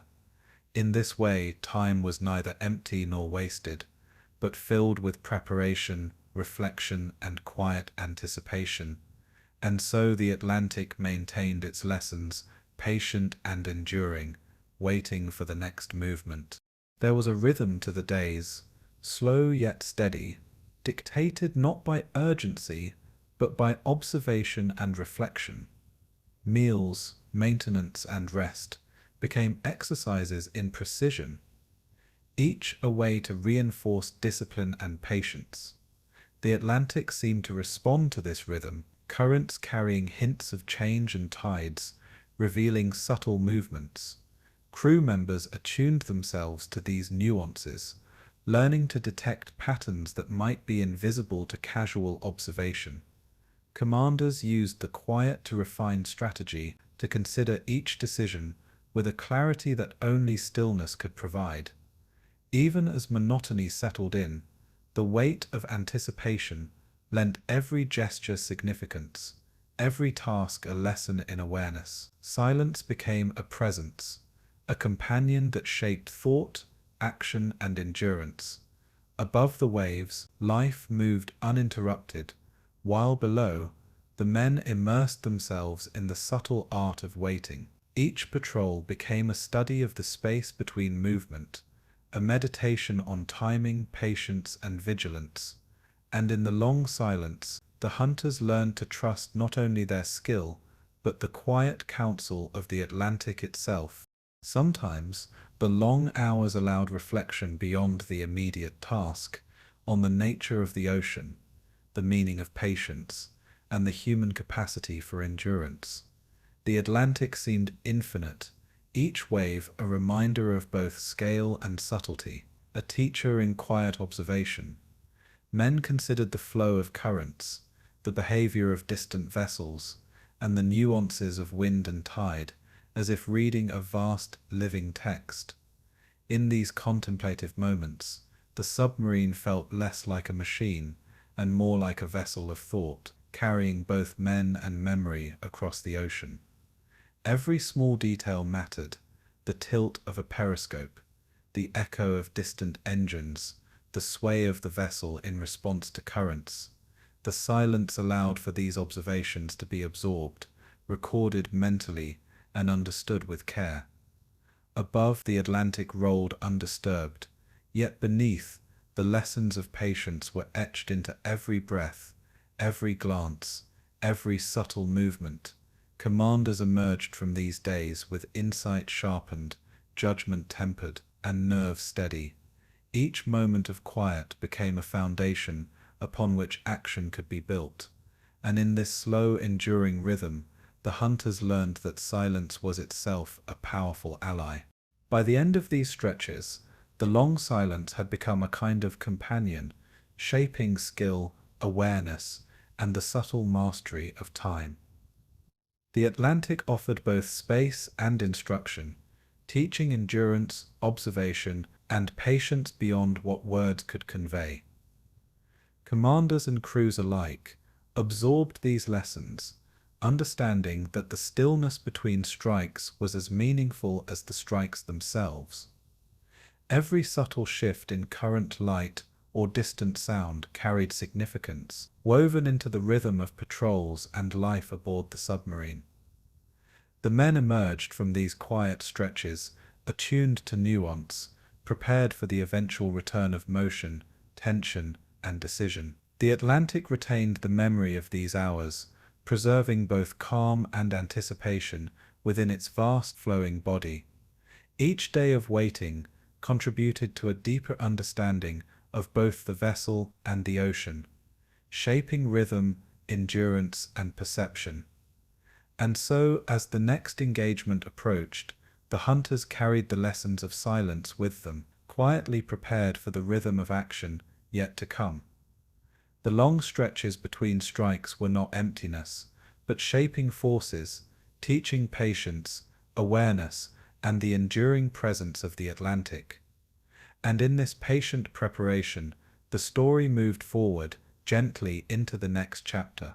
The Atlantic, once a place where the Wolfpack moved with quiet mastery, began to whisper new patterns of warning and detection.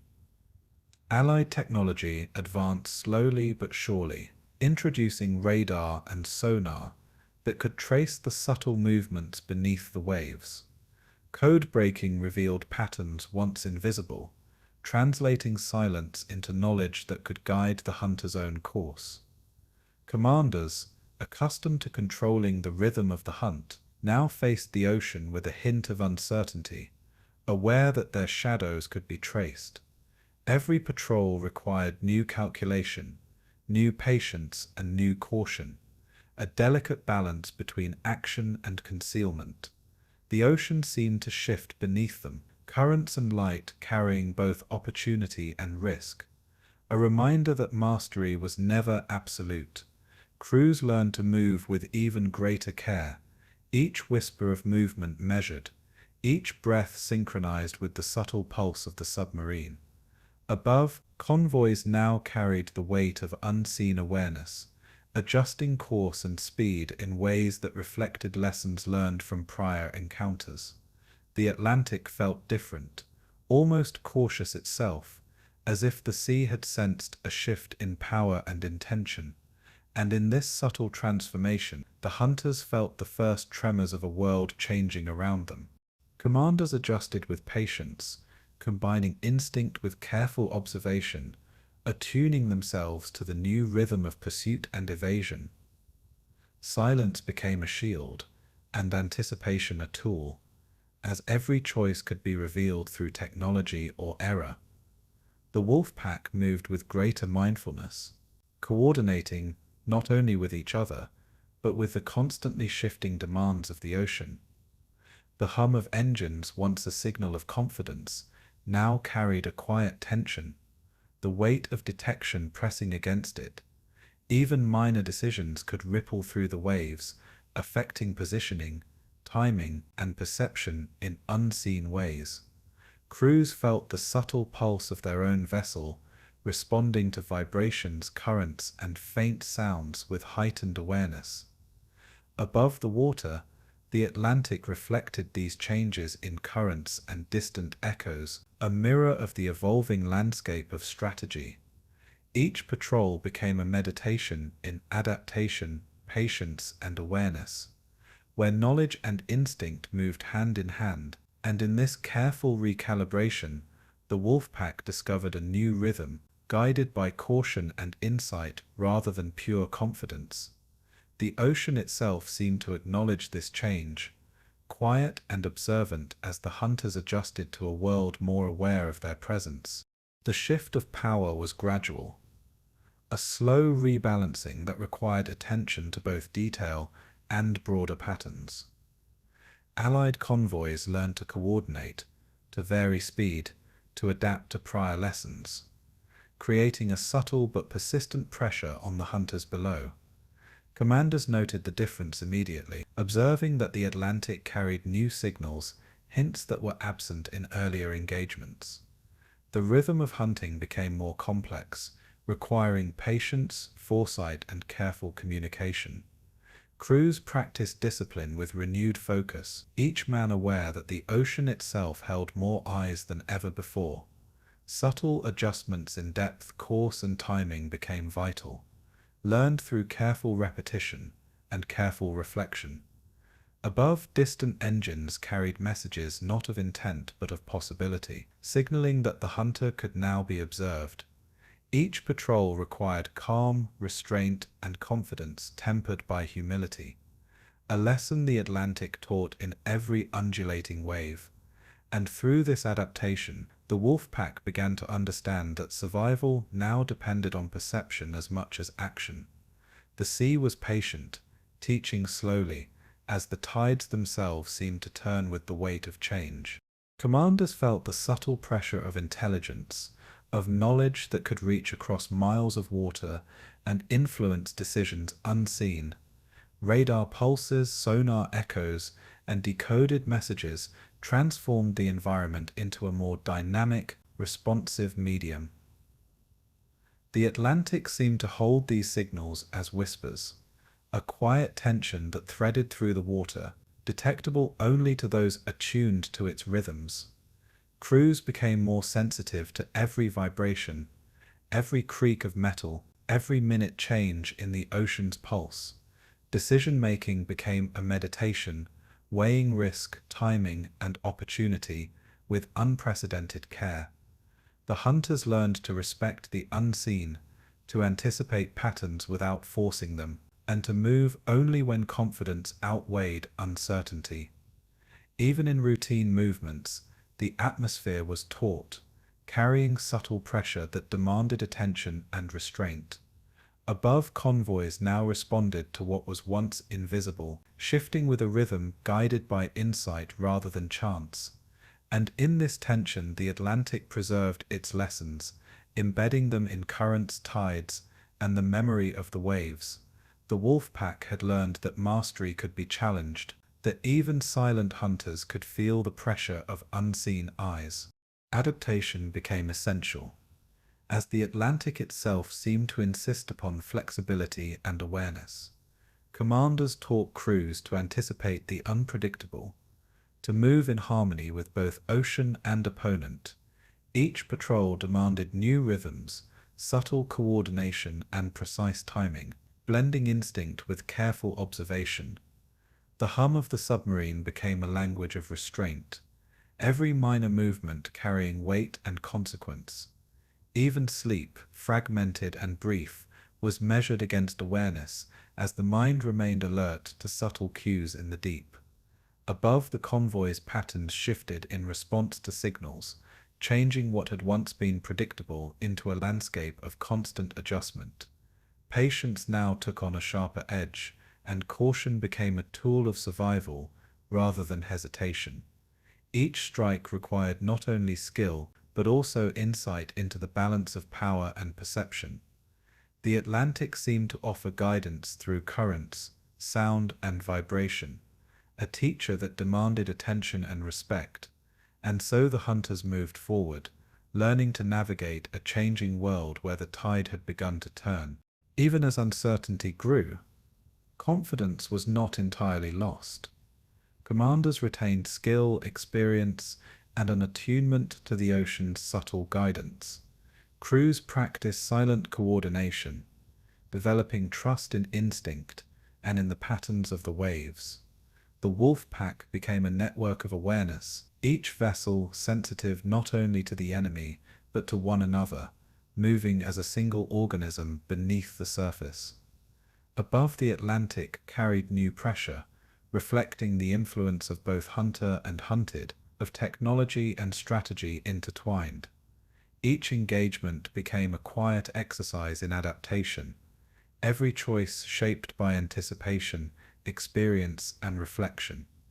Even minor maneuvers held significance, rippling across miles in ways both subtle and profound. The ocean preserved these lessons, embedding them in memory, currents, and the rhythm of tides. And as the hunters adjusted, they realized that mastery was a dialogue with the Atlantic, a conversation of skill, patience, and perception. The turning tide did not signal defeat, but a new rhythm, demanding awareness and quiet respect. The human element became more pronounced, as uncertainty tested temperament, patience, and decision-making. Commanders reflected on each choice, weighing instinct against emerging evidence, moving with deliberate calculation. Crews absorbed these lessons, their senses sharpened by repetition and attentiveness to subtle cues. The Atlantic itself seemed alive with information, currents carrying hints of pressure, movement, and opportunity.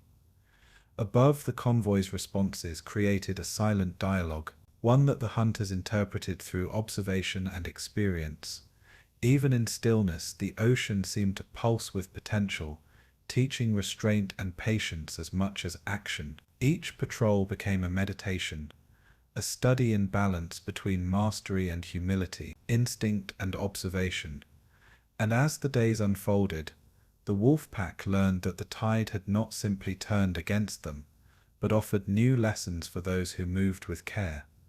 The Atlantic became a teacher, patient and persistent, guiding the hunters through a landscape reshaped by unseen eyes. And so the rhythm of pursuit continued, altered yet alive, carrying both challenge and insight forward. By the end of this adjustment, the Wolfpack had begun to move in a new cadence, one tempered by caution and informed by the subtle pressures of technology and intelligence. The Atlantic reflected these changes, currents carrying the echoes of both hunter and hunted. Commanders adapted, balancing instinct with calculation, patience with opportunity, action with restraint. Crew members internalized new rhythms, moving in quiet unison beneath the surface, aware of both ocean and opponent. Above, the convoys navigated a world in which uncertainty and anticipation had become part of the landscape, invisible yet decisive. Each engagement was a lesson, each silent observation a refinement of skill and perception. The Atlantic preserved these lessons, embedding them into its vast flowing memory, and as the hunters moved forward, they understood that mastery was no longer certainty, but careful dialogue with the sea, technology, and unseen forces. The tide had turned, and with it came challenge, adaptation, and subtle instruction. And in this quiet reckoning, the story of the Wolfpack advanced, carrying them gently toward the next chapter. May 1943 arrived like a slow, inexorable shift in the Atlantic, carrying with it tension that was felt in every submarine and convoy. The Wolfpack, once a symbol of quiet mastery beneath the waves, faced a sudden reckoning, the ocean reflecting a new, more relentless rhythm. Losses mounted quietly yet persistently, each boat that failed leaving a subtle emptiness felt among the fleet. Commanders long accustomed to control and patience now contended with uncertainty that pressed against every decision. The Atlantic seemed heavier, currents carrying both memory and warning, a reminder that even mastery had limits. Crews sensed the subtle change, a quiet gravity in movement, an unspoken acknowledgement that the ocean had grown more formidable. Each patrol became a meditation in vigilance, endurance, and careful observation, where timing and restraint were more essential than ever. Above the waves, convoys moved with confidence, guided by radar, sonar, and intelligence that had tipped the balance subtly yet irreversibly. The rhythm of hunting was disrupted, replaced by a cadence of caution, reflection, and silent adaptation. And through it all, the Atlantic whispered lessons in humility, experience, and the weight of loss. Commanders watched carefully as patterns shifted, observing how technology and coordination had begun to transform the theater of war. Even the most skilled hunters felt the subtle pressure of detection, the quiet threat of instruments and minds trained to anticipate their moves. Decisions carried more weight, each choice balancing risk against the unknown, patience against opportunity. The Wolfpack adapted, altering depth, course, and timing in ways learned only through experience and instinct. Crew members became increasingly attuned to every vibration, creak, and shift in the vessel, interpreting subtle signs as vital information. The Atlantic, once a partner in their strategy, now offered challenges alongside guidance, a teacher both patient and exacting. Above, convoys adjusted with a precision born of learning, their presence reshaping the ocean's rhythm. Each encounter became a quiet test of endurance, skill, and foresight, a lesson in how fragile mastery could be. And in the midst of these adjustments, the weight of the Black May pressed upon every mind, every decision, and every current beneath the waves.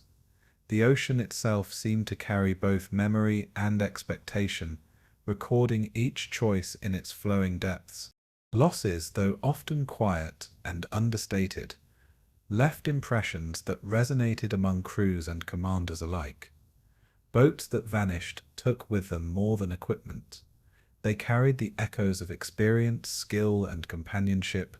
Commanders reflected on each mission, tracing patterns, recalculating strategy, and reconciling with the subtle truth that the ocean was no longer a stage for mastery alone. The Atlantic held these memories, currents preserving the quiet impact of absence and presence alike. Each day became a meditation on patience, endurance, and humility, teaching that even the skilled could be challenged beyond anticipation. Crew members moved with care, conscious of the invisible threads connecting them to every boat lost or surviving. Above, convoys navigated a world where risk had shifted, unaware yet influenced by the invisible tension beneath. And as the days passed, the wolf pack adapted slowly, quietly, absorbing lessons that were as invisible as the currents themselves. In this peak of challenge, the Atlantic became both mirror and mentor, reflecting the weight of change and the necessity of subtle adaptation. And in the slow unfolding of Black May, every motion was both act and reflection, shaping the rhythm of survival. The human element pressed strongly in this month, revealing vulnerability, resilience, and reflection. Commanders confronted uncertainty with deliberate care, measuring instinct against new pressures, awareness against action. The crew shared quiet moments of reflection, sensing both the weight of loss and the importance of disciplined presence. The Atlantic itself seemed to echo this tension, carrying currents that whispered memory, caution, and subtle instruction. Even routine tasks became exercises in mindfulness, every motion carefully considered against the backdrop of changing fortune. Above, convoys moved with a rhythm informed by detection signaling and learned anticipation, shaping the environment in which the hunters operated. Each patrol demanded focus, patience, and restraint, every decision carrying amplified significance. And yet, amid the tension, there remained the quiet rhythm of endurance, the subtle confidence that comes from experience and discipline. The wolf pack moved as one, aware of loss, yet guided by both instinct and instruction. And in this balance of vigilance and reflection, Black May etched its mark upon every mind and current. As the month progressed, the subtle interplay of skill, experience, and technology became increasingly evident. Commanders noted how even minor adjustments could ripple through the Atlantic, influencing outcomes and perception. The ocean, once a partner in dominance, now carried reminders of limitation and consequence, teaching through both subtle pressure and reflection. Crew members internalized this rhythm, observing, anticipating, and adjusting with quiet care. Above, convoys moved with newfound precision, their presence a gentle but constant challenge to the Wolfpack strategy. Each patrol became a meditation in adaptation, skill, and awareness, an exercise in reading currents, instruments, and human behavior simultaneously. Losses added gravity to each movement, each decision a lesson in responsibility and vigilance, and through it all, the Atlantic remained patient, recording, reflecting, and shaping the rhythm of the hunter's response. The Black May was both teacher and reckoning, its lessons subtle yet profound, carried in the waves and the minds of those beneath. And in this quiet reckoning, the Wolfpack began to understand the limits of mastery. The weight of uncertainty pressed upon the human mind, cultivating reflection and heightened awareness. Commanders considered past victories alongside emerging challenges, balancing memory with adaptation. Crew members moved with precision and attentiveness, absorbing subtle signals from the ocean and each other. The Atlantic, vast and flowing, carried both opportunity and warning, teaching the interplay of patience, skill, and humility. Each patrol demanded observation, restraint, and calm judgment, qualities that were honed in the quiet tension of loss and adaptation. Above, convoys responded to intelligence and experience, subtly reshaping the battlefield in ways unseen yet deeply felt. Even in routine movements, the rhythm of survival guided decisions, embedding lessons in the minds of hunters and crews alike. And as the month unfolded, the Wolfpack learned to navigate both the ocean and the shifting currents of fortune. The Black May revealed that mastery was not certainty, but a careful dialogue with environment, risk, and awareness. And in this subtle, enduring tension, the Atlantic preserved both history and instruction for those who listened. Subtle adaptation became the rule, as the hunters learned to move with patience, awareness, and quiet resilience. Decisions once made confidently now required reflection, observation, and anticipation of unseen factors. Crew members moved with heightened coordination, sharing attention, instinct, and skill across the tight confines of the vessel. The Atlantic carried these lessons in current and vibration, embedding understanding through experience and endurance. Above, convoys moved with subtle, precise adjustments, a reminder that the unseen had grown vigilant. Each patrol demanded patience, calm, and foresight, qualities strengthened in the presence of loss and challenge. The ocean became both guide and teacher, its lessons flowing through men, machines, and memory. And in the quiet rhythm of observation, reflection, and adaptation, the Wolfpack endured, carrying the lessons of Black May forward. The Atlantic preserved this history, its currents both record and mentor, flowing silently through the tides. And as the month concluded, the hunters moved onward, tempered by experience and attentive to the subtle shifts that would define the chapters ahead. By the end of this critical month, the Wolfpack had experienced both loss and quiet understanding. The Atlantic held memory of each vessel, each patrol, each subtle movement, reflecting the balance of power and consequence. Commanders emerged more attuned to subtle pressure, currents, and timing, their judgment tempered by experience and reflection. Crew members internalized rhythms of patience, observation, and restraint, moving as one beneath the waves. Above, convoys adapted continuously, their presence a constant shaping force in the ocean's rhythm. Each encounter, subtle or prolonged, contributed to the understanding of strategy, endurance, and vigilance. The Black May left its mark, not in noise or spectacle, but in reflection, adjustment, and measured action. And in the gentle flowing currents of the Atlantic, the Wolfpack carried both the memory of loss and the quiet instruction it offered. The rhythm of survival continued, measured in patience, awareness, and the enduring presence of the sea. And through it all, the Atlantic whispered forward, carrying the story into the next chapter of tension, strategy, and reflection. The weight of command settled quietly on the shoulders of men who had long lived beneath the waves, a presence felt more in thought than in sound. Each decision carried consequences that reached far beyond the submarine, affecting crew, mission, and the vast Atlantic that seemed both ally and judge. Letters left unwritten, words unspoken, lingered in the minds of commanders like the echo of distant waves. Even routine patrols became exercises in careful calculation, where observation, intuition, and restraint intertwined with the subtle rhythm of the ocean. The confined space magnified the human element, each gesture, glance, and word carrying the gravity of shared responsibility. Crews moved with attentive precision, aware of the weight borne quietly by their leaders, sensing the tension in pauses and decisions alike. Above, the Atlantic remained vast and patient, carrying both memory and expectation, a mirror of every choice made below.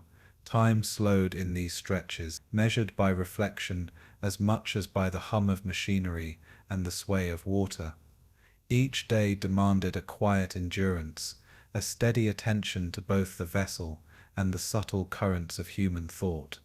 And in this enduring tension, the ocean whispered a reminder that responsibility could be as vast as the Atlantic itself. Sleep was often elusive, fragmented by the constant hum of duty and the weight of unspoken possibilities.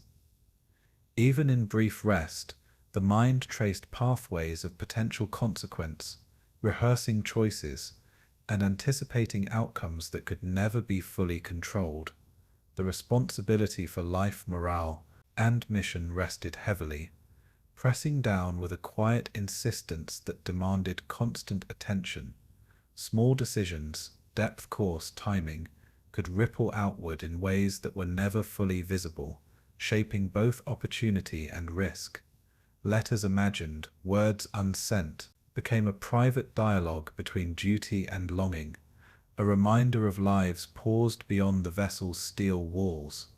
Commanders reflected on past victories and failures alike, finding lessons in both triumph and miscalculation. The Atlantic carried these reflections in its currents, waves quietly echoing the tension and responsibility below. Each moment of stillness allowed careful thought, as men reconciled strategy with humanity, instinct with conscience. Even in the hum of machinery and confined space, there existed a profound sense of connection to crew, ocean, and the weight of command. And in the patient rhythm of thought, the hunter measured the cost of mastery against the fragility of life. Responsibility was not carried in isolation. The crew shared a silent understanding of the burden. Subtle gestures, attentive observation, and quiet responses formed a network of support, each aware of the gravity within their commander's gaze. Decisions were often made in the hush of collective concentration, relying on trust, intuition, and the gentle orchestration of movement beneath the waves.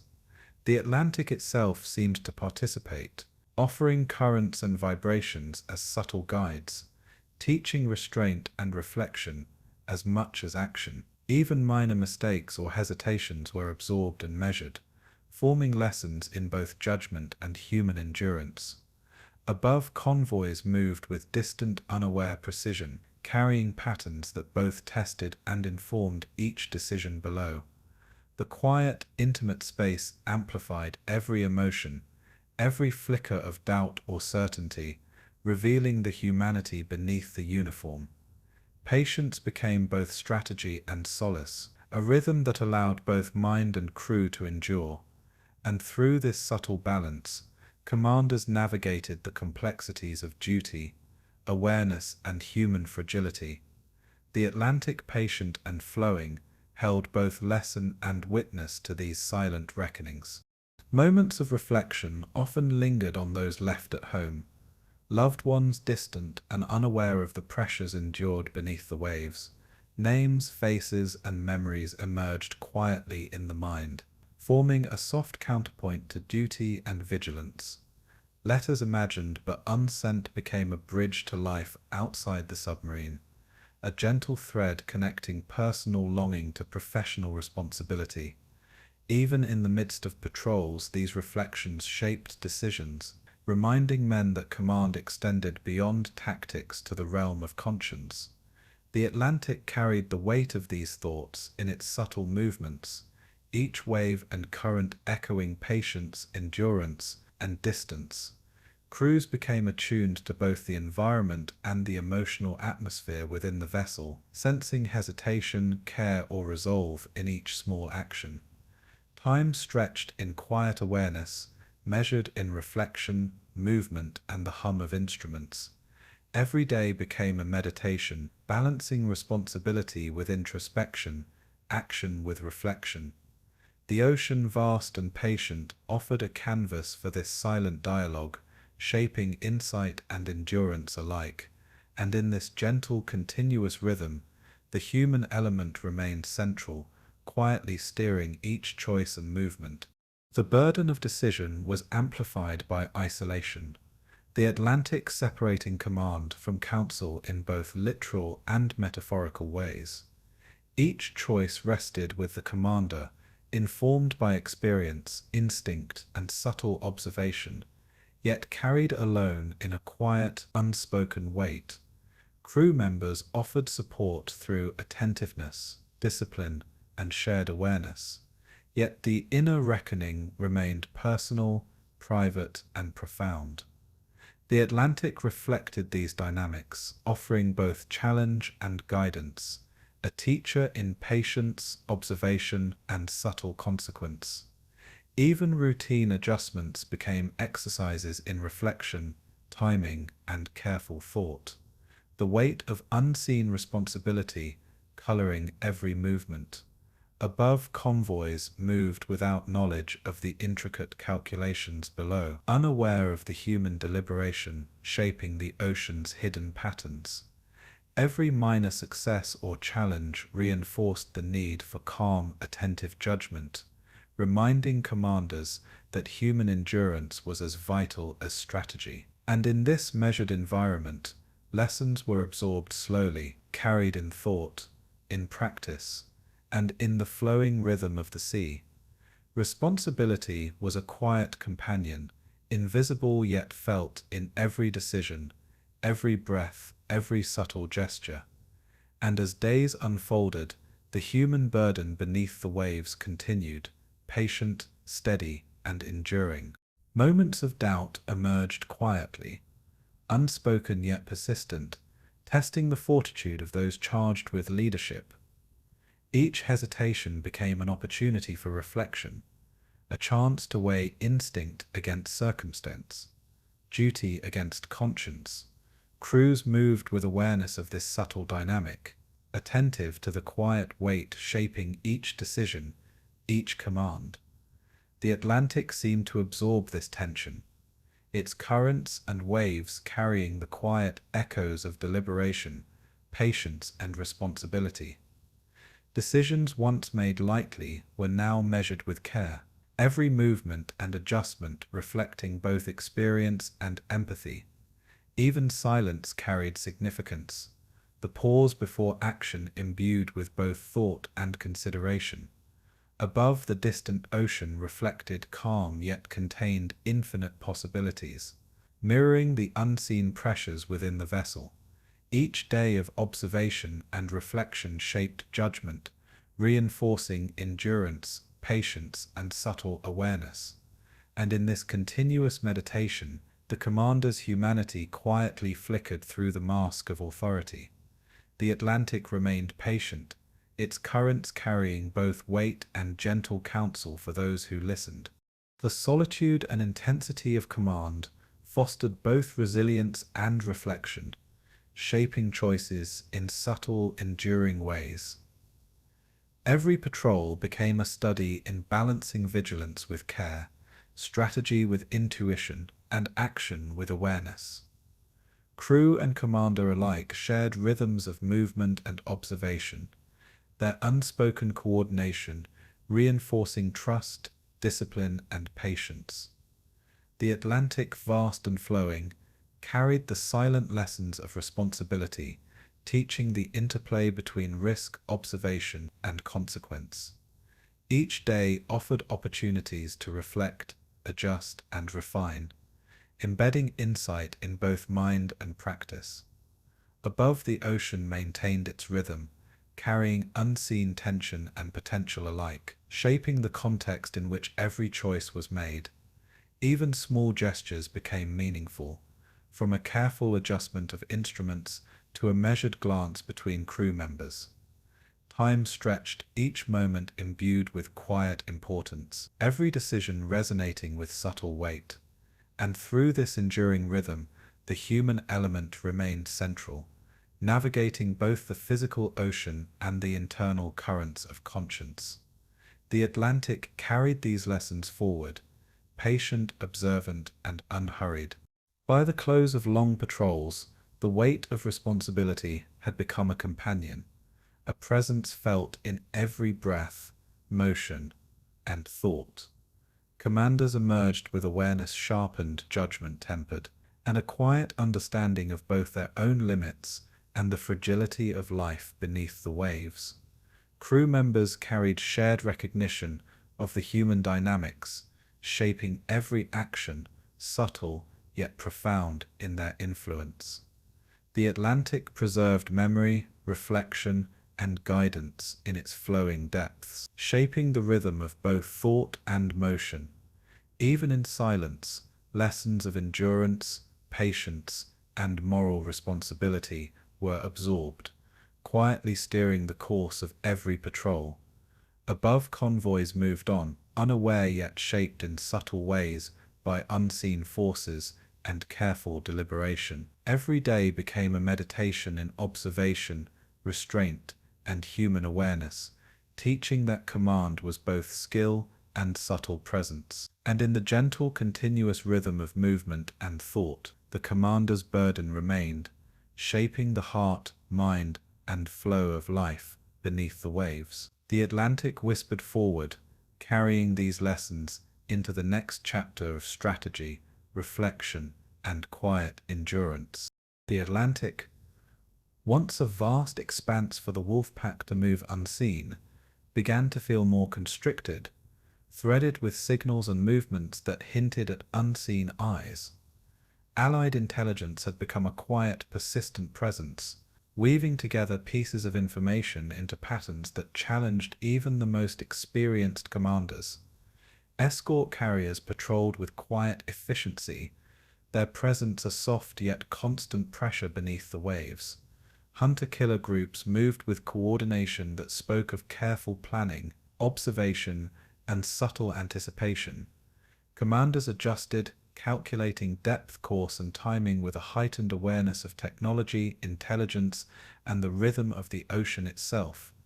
Each patrol carried a careful blend of courage, caution, and patience as the Atlantic seemed to shrink, currents carrying both opportunity and constraint. Crew members sensed this shift, their movements quieter, more deliberate, every gesture reflecting the weight of unseen vigilance.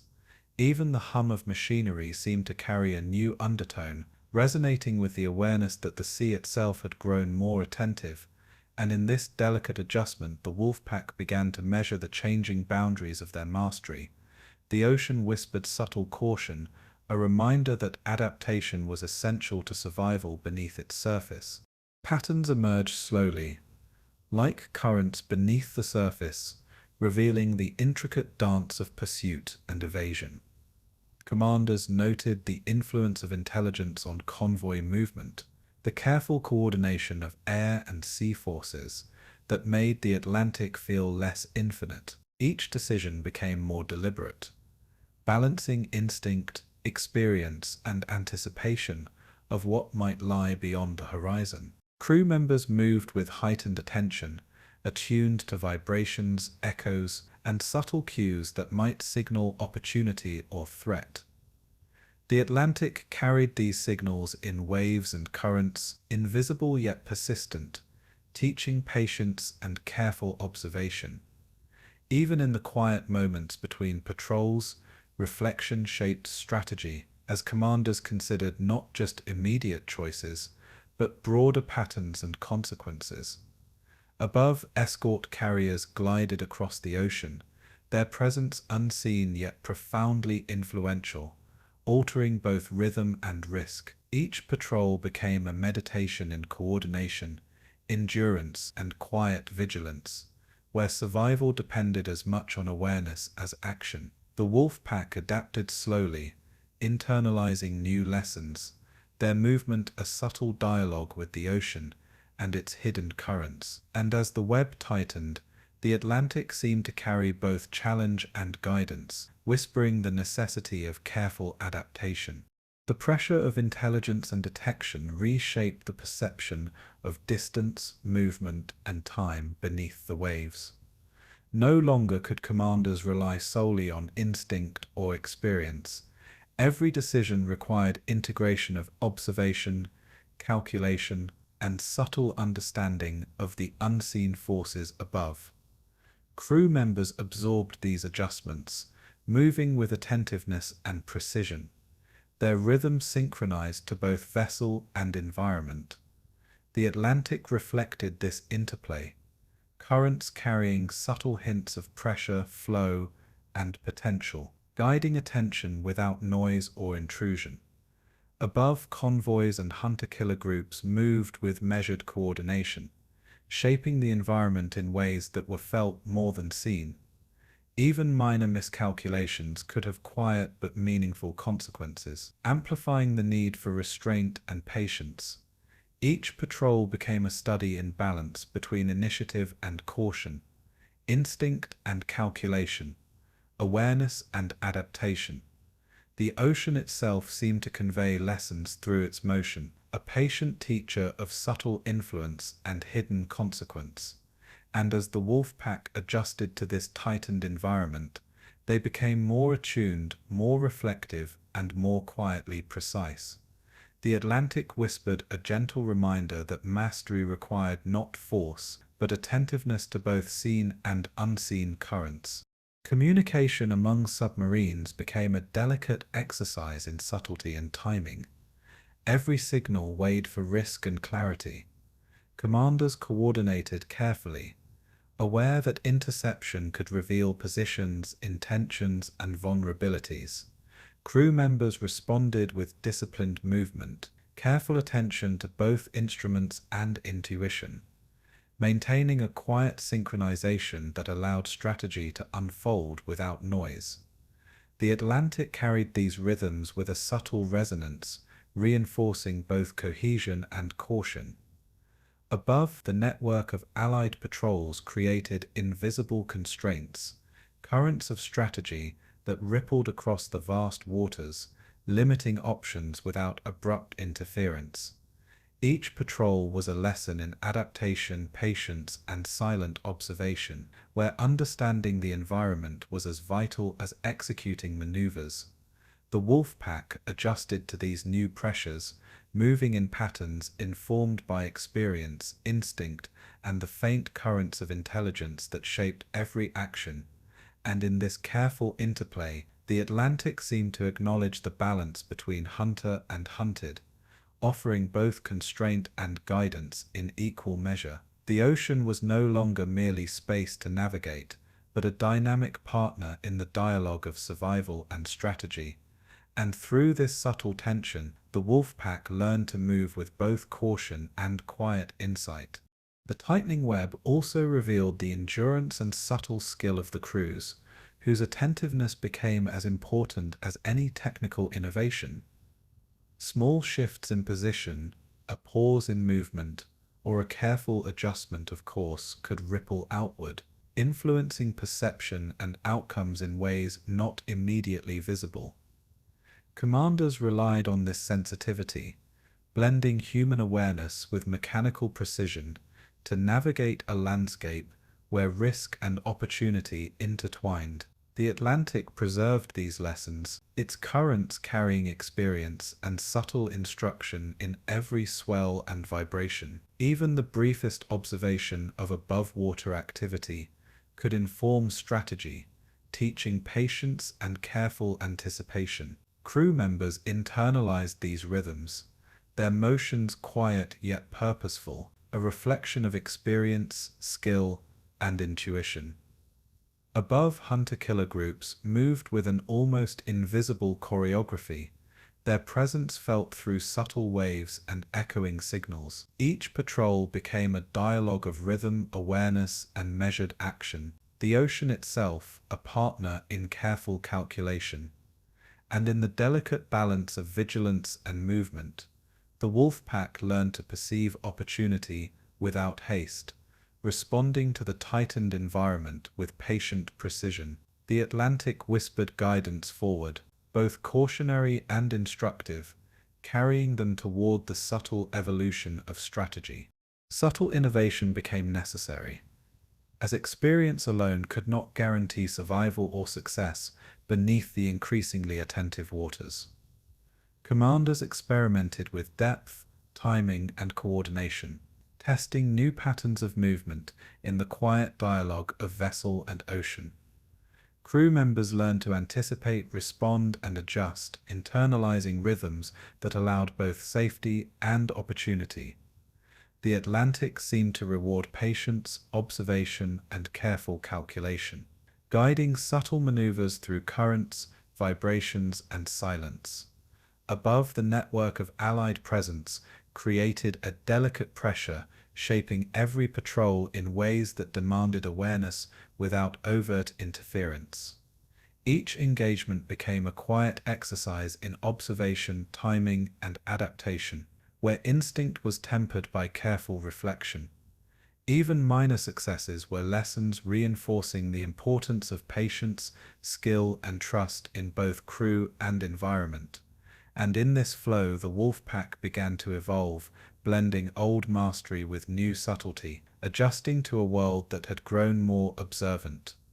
The ocean carried the rhythm of this adaptation forward, patient and unhurried, reflecting both challenge and instruction. And through this gentle evolution, the Atlantic became a guide as well as a battlefield, offering insight to those who moved with care. The psychological weight of the tightening web pressed quietly, shaping thoughts, judgment, and reflection. Commanders reconciled ambition with restraint, patience with the ever-present possibility of detection, instinct with calculation. Crew members shared in this silent awareness, their attention sharpened, their movements precise, every gesture carrying subtle importance.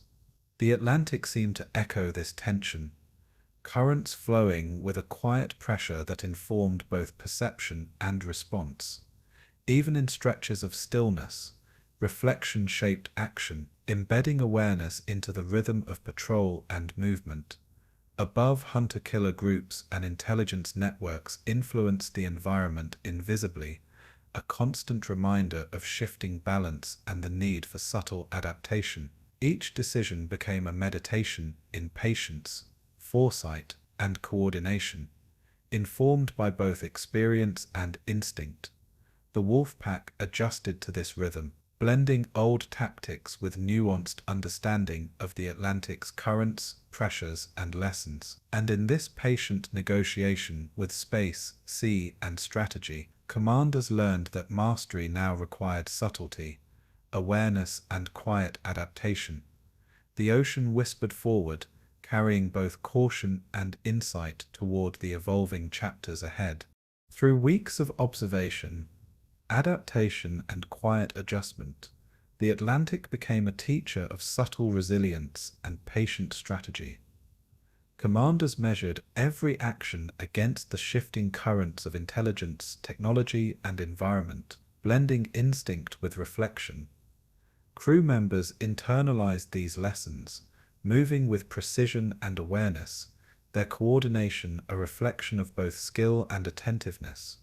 Above, convoys and hunter-killer groups shaped the ocean's rhythm, creating patterns that challenged and instructed without overt interference.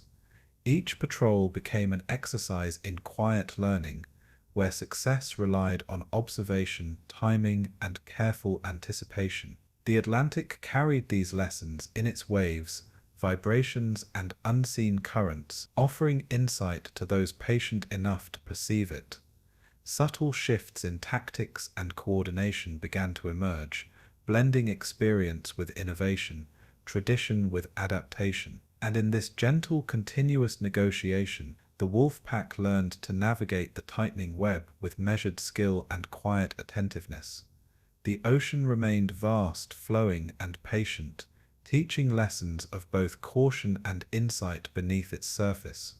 And through this calm yet rising tension, the story moved forward, carrying both reflection and subtle evolution into the next chapter of the Atlantic's quiet drama.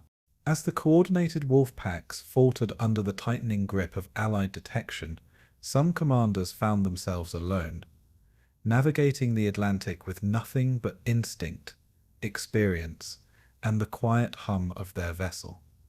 These solitary patrols demanded patience, courage, and subtle calculation, each movement measured against unseen currents and potential danger. The ocean, once a space for coordinated dominance, now became a realm of personal endurance, each commander testing the limits of skill and awareness. Crew members adapted to this isolation with quiet attentiveness, their routines and gestures reflecting the intensified need for discipline. Above, convoys moved with intelligence-informed rhythm, a subtle challenge to every solitary prowler beneath the waves. Even in moments of calm, tension lingered, a soft pressure in the silence of the sea and the confined vessel. Some commanders etched their names into legend, their daring and patience whispered in both admiration and cautious respect. Others vanished quietly, leaving only currents and memory as evidence of their presence, and in this vast, solitary ocean, each patrol became both a meditation and a trial, a dialogue between man, machine, and water. The Atlantic carried the solitude forward, patient, flowing, and unhurried, guiding every thought, adjustment, and decision. Isolation magnified every choice, every hesitation, and every movement, creating a rhythm of vigilance and reflection. Commanders learned to read currents, detect faint vibrations, and anticipate patterns in a way that only experience could teach. Crew members became partners in this quiet vigilance, their awareness attuned to every subtle sound, shift, and instrument reading. Above, the Atlantic remained vast and patient, its expanse both challenge and teacher, its waves and silence offering guidance through reflection. Even moments of routine required careful attention, a balance of discipline, patience, and endurance that shaped every patrol. Some lone wolves moved with calculated restraint, striking only when conditions were optimal, their legend built on measured success rather than spectacle. Others acted with a quiet daring, exploring boundaries and possibilities, leaving subtle marks in both memory and record. And through these solitary journeys, the ocean seemed to respond, currents and vibrations, carrying silent counsel and subtle instruction. Each day beneath the waves became a meditation in skill, patience, and quiet courage, a rhythm attuned to the vessel, the crew, and the ocean itself. And in the flow of this solitary passage, the Atlantic whispered forward, carrying experience, reflection, and quiet endurance. The Atlantic itself seemed more intimate in solitude, currents and waves, revealing nuance and subtlety that could be lost in larger formations. Commanders became finely attuned to the hidden rhythms of the ocean, sensing the flow of water and the presence of distant vessels with growing acuity. Crew members shared this silent awareness, their coordinated movement a reflection of trust, experience, and attuned observation. Even the simplest tasks, adjusting ballast, monitoring instruments, navigating the depths, carried amplified importance in this quiet, concentrated environment.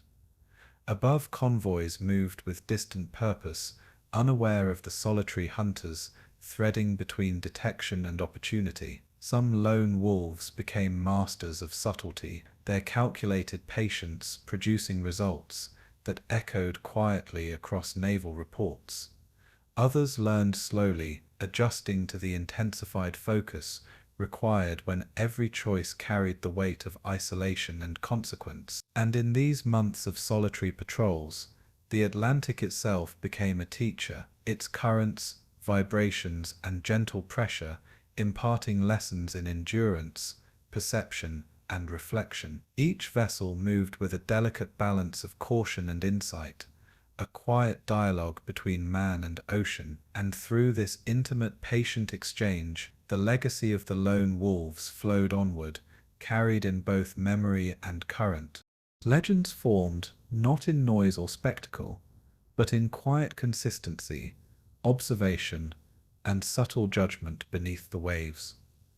Commanders who survived repeated patrols did so through patience, calculation, and the intuitive understanding of the Atlantic's hidden language. Crew members internalized this rhythm, moving in harmony with vessel, environment, and leader, their precision and attentiveness vital to endurance.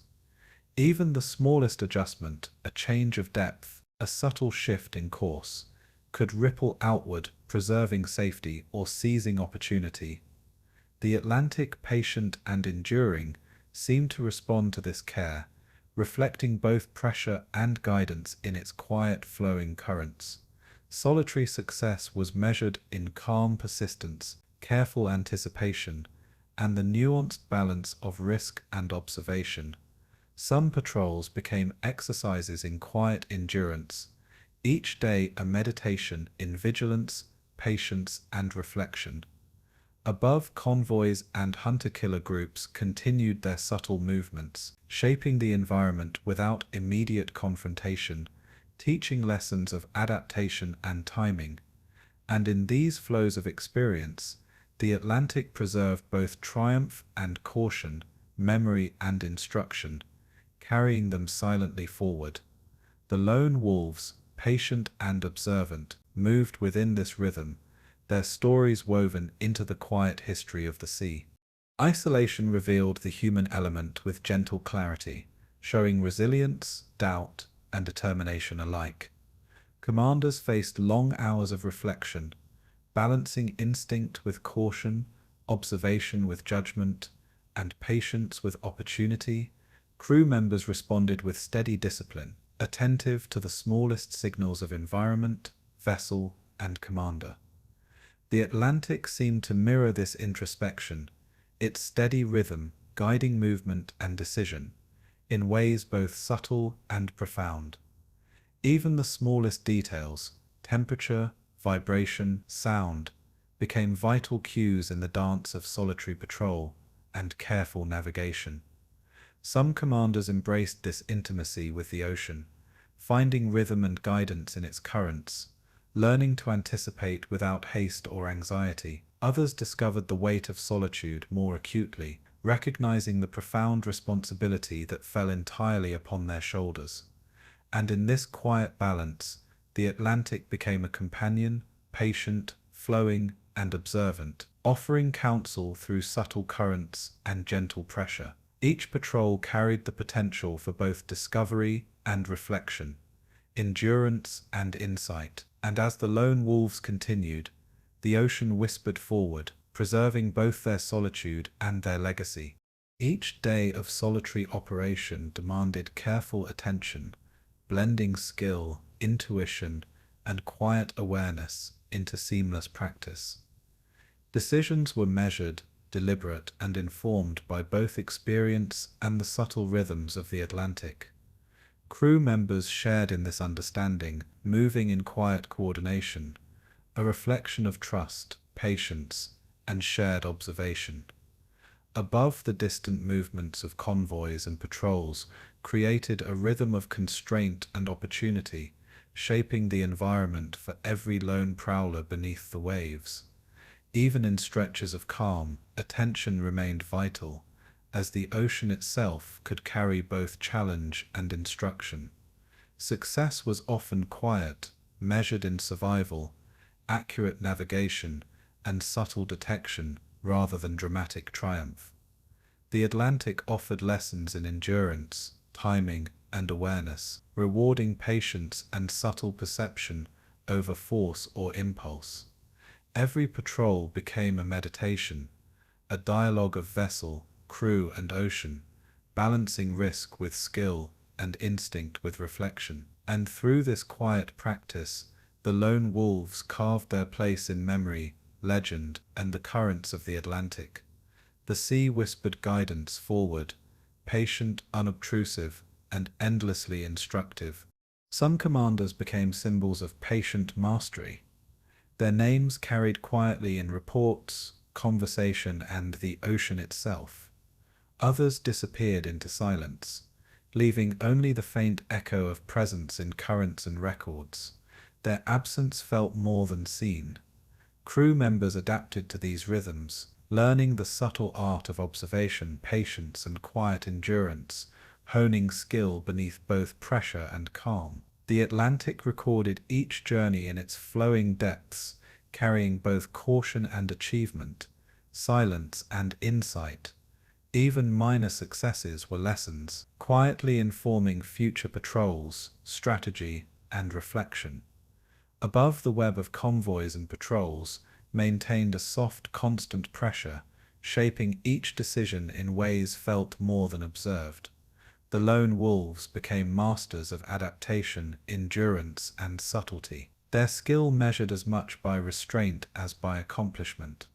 And in this quiet mastery, the Atlantic carried both legacy and instruction forward, flowing through the stories of those who navigated it alone. Each patrol was a meditation in survival, perception, and reflection, a rhythm shared with vessel, crew, and ocean alike. And as the Atlantic moved onward, it whispered the enduring tales of these solitary hunters, patient, flowing, and unhurried. Time beneath the waves became a flowing, continuous rhythm, a blend of movement, reflection, and quiet endurance. Commanders balanced instinct and observation, risk and patience, solitude and trust, their choices echoing in currents and memory alike.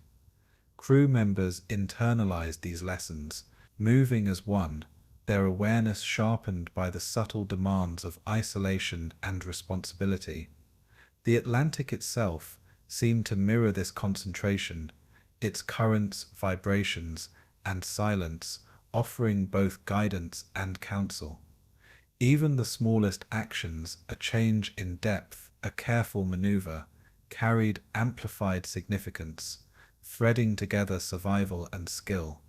Above, distant patrols and convoys shaped subtle constraints, their influence woven into the ocean's vast expanse. The lone wolves moved with deliberate care, responding to the rhythms of both sea and circumstance, blending experience with reflection and skill with intuition.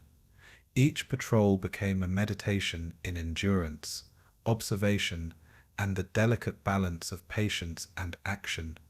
And in the patient flow of the Atlantic, the solitude of the wolf was not merely survival, but quiet mastery, a gentle dialogue with the ocean itself.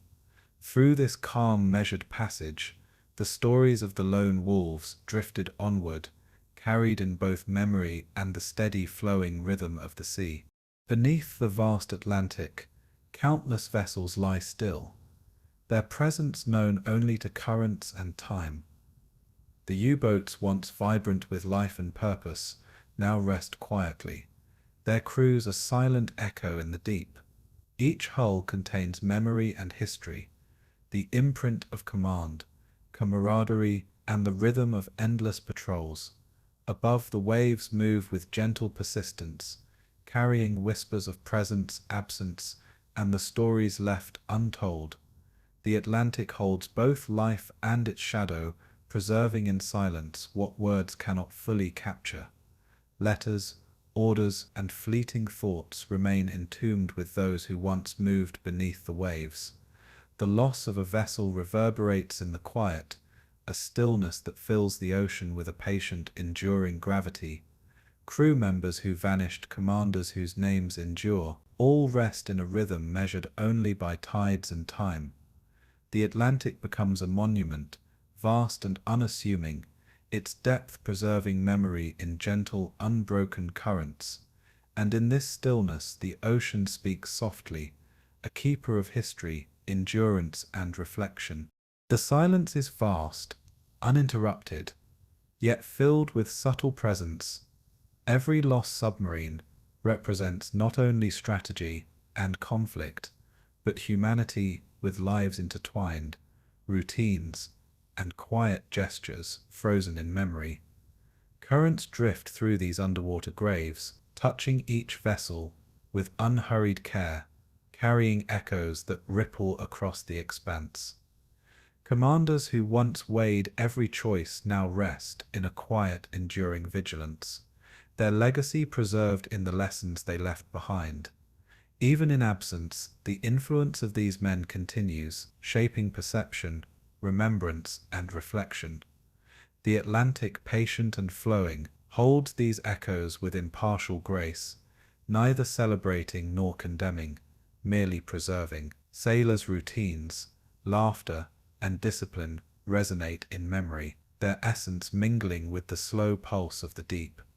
The ocean maintains these rhythms, a silent archivist of human endeavor and loss. And as currents carry the subtle presence of these vessels onward, the silent graves form both testament and teacher, guiding reflection in stillness. The Atlantic whispers forward, patient, enduring, and quietly instructive. Every wreck is a story held in stillness, a monument to endurance, decision, and quiet courage.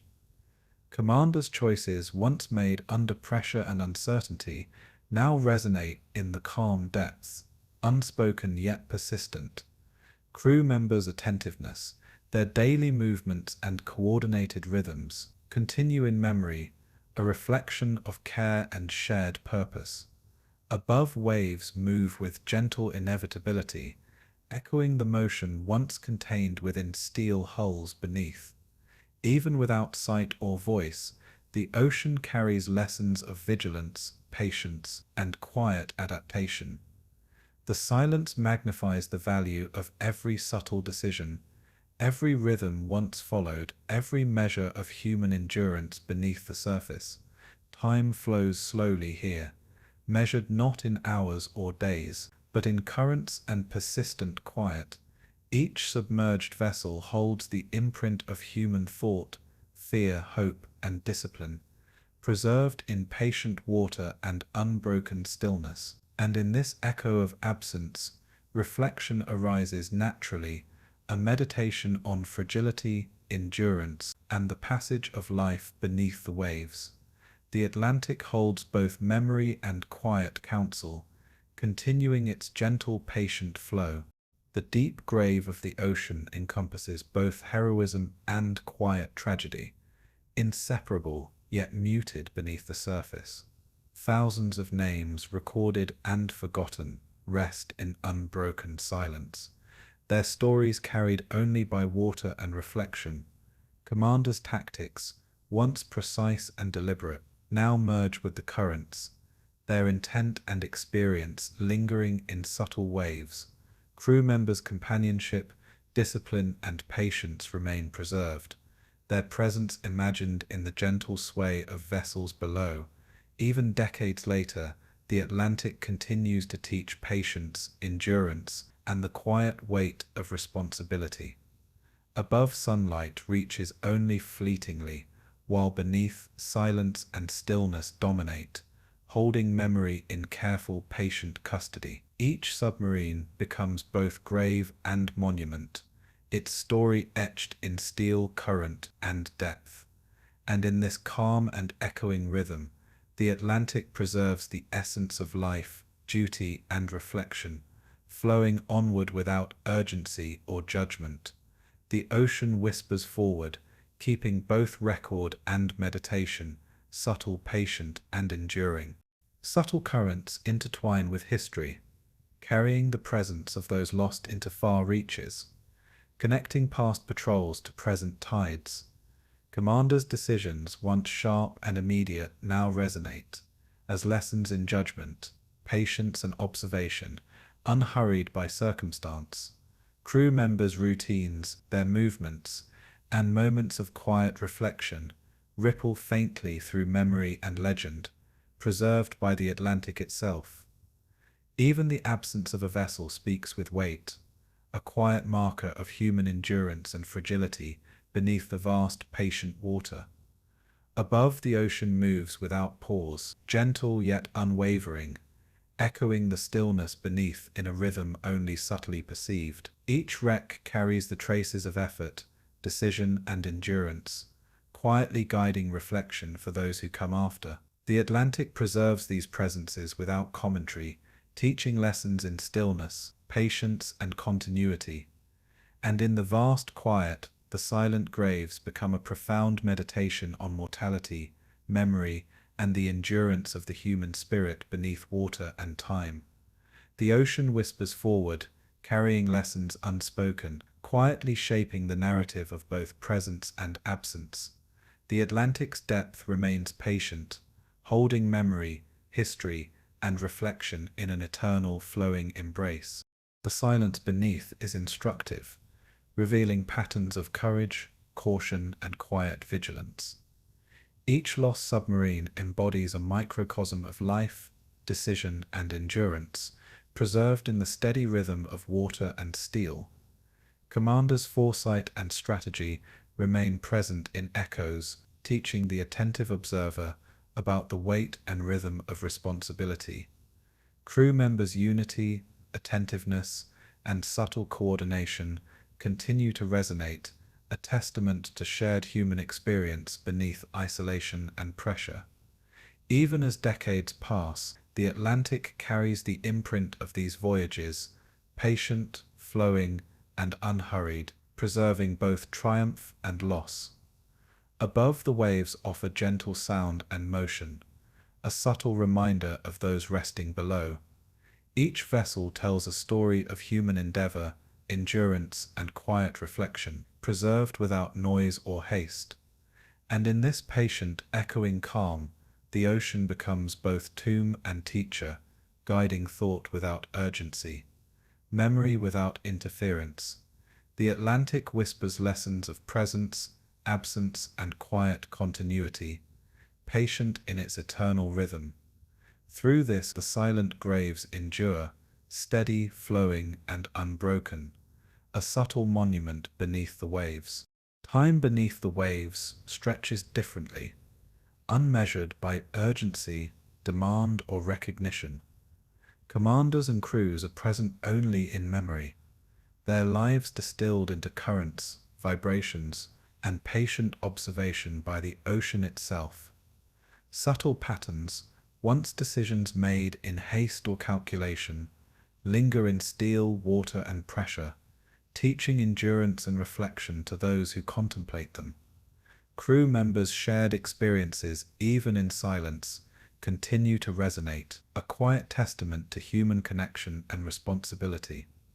The Atlantic holds these presences, patient, flowing, and unjudging, preserving both effort and absence alike.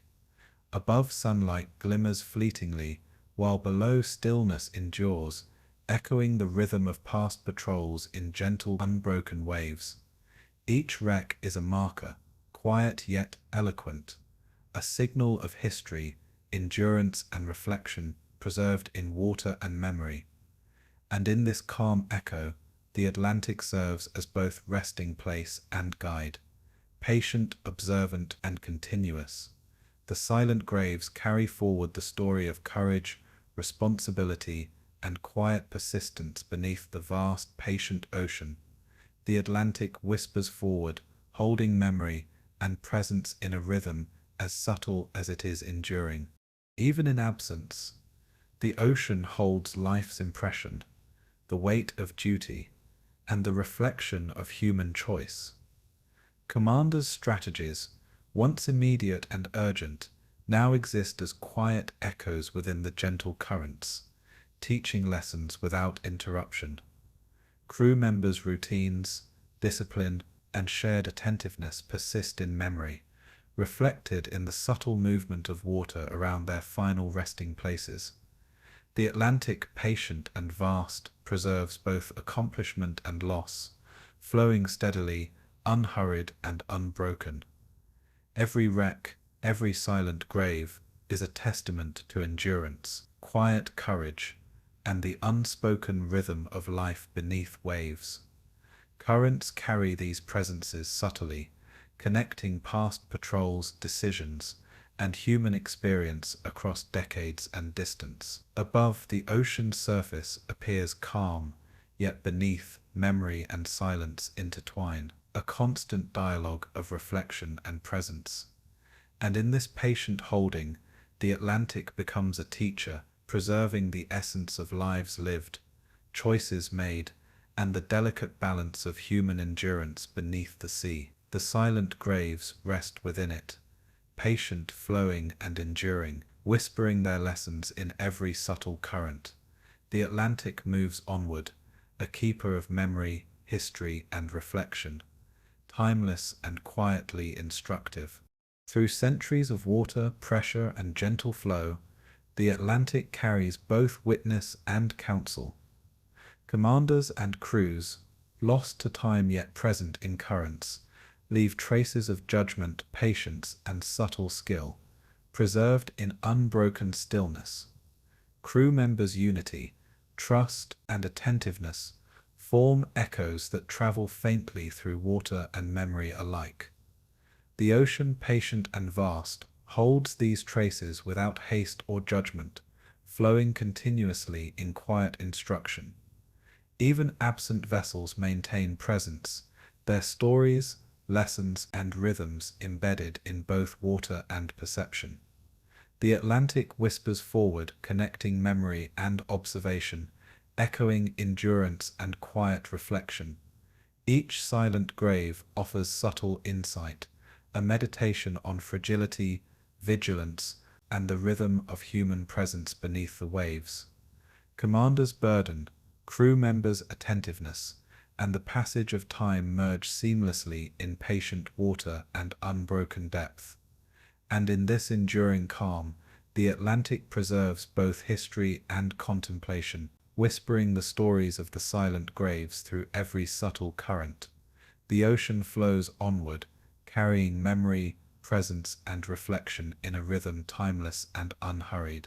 Beneath the quiet expanse of neutral waters, U-boats moved with subtle purpose, their missions veiled in secrecy and precision. These journeys were measured, patient, and calculated, each maneuver dictated by unseen instructions and whispered intelligence. Commanders guided their vessels with careful attention to currents, tides, and distant lights along unfamiliar shores, aware that observation could come from the most unlikely sources. Crew members shared in this subtle tension, moving with deliberate quiet, each action synchronized to the rhythm of the ocean and the mission at hand. Letters, orders, and secret codes shaped the movement of these vessels, invisible threads connecting the Atlantic to distant ports and shores. Even the soft swell of the waves seemed to echo the secrecy of the undertakings beneath, carrying whispers of cautious strategy and careful observation. Some missions involved landing agents along quiet coastlines, shadows exchanged beneath muted moonlight and gentle surf. Others carried delicate cargo, vital yet hidden, traveling without fanfare, protected by distance and silence. The Atlantic became both guide and protector, flowing with patience and subtle instruction, carrying vessels and their secrets forward. And in this calm concealment, the hidden war unfolded quietly, measured and unseen by the larger world. The stillness of neutral waters offered both challenge and refuge, requiring careful timing and attentive observation. Commanders measured every approach, calculating angles, depths, and speed to minimize detection while maintaining control. Crew members adjusted routines, moving softly, communicating through glance, gesture, and instrument, attuned to the vessel and the subtle environment around it.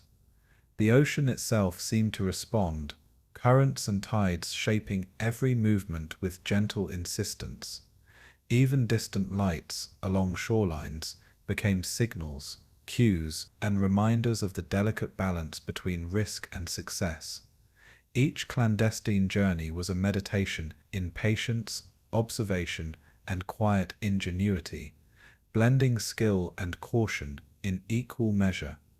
The soft rhythm of waves, the muted hum of machinery, and the careful coordination of crew created an almost musical cadence beneath the surface. Some missions were brief, moments of tension and precision, carried out with care and returned to calm water. Others lingered, stretching across days, requiring subtle judgment, endurance, and the ability to remain unseen.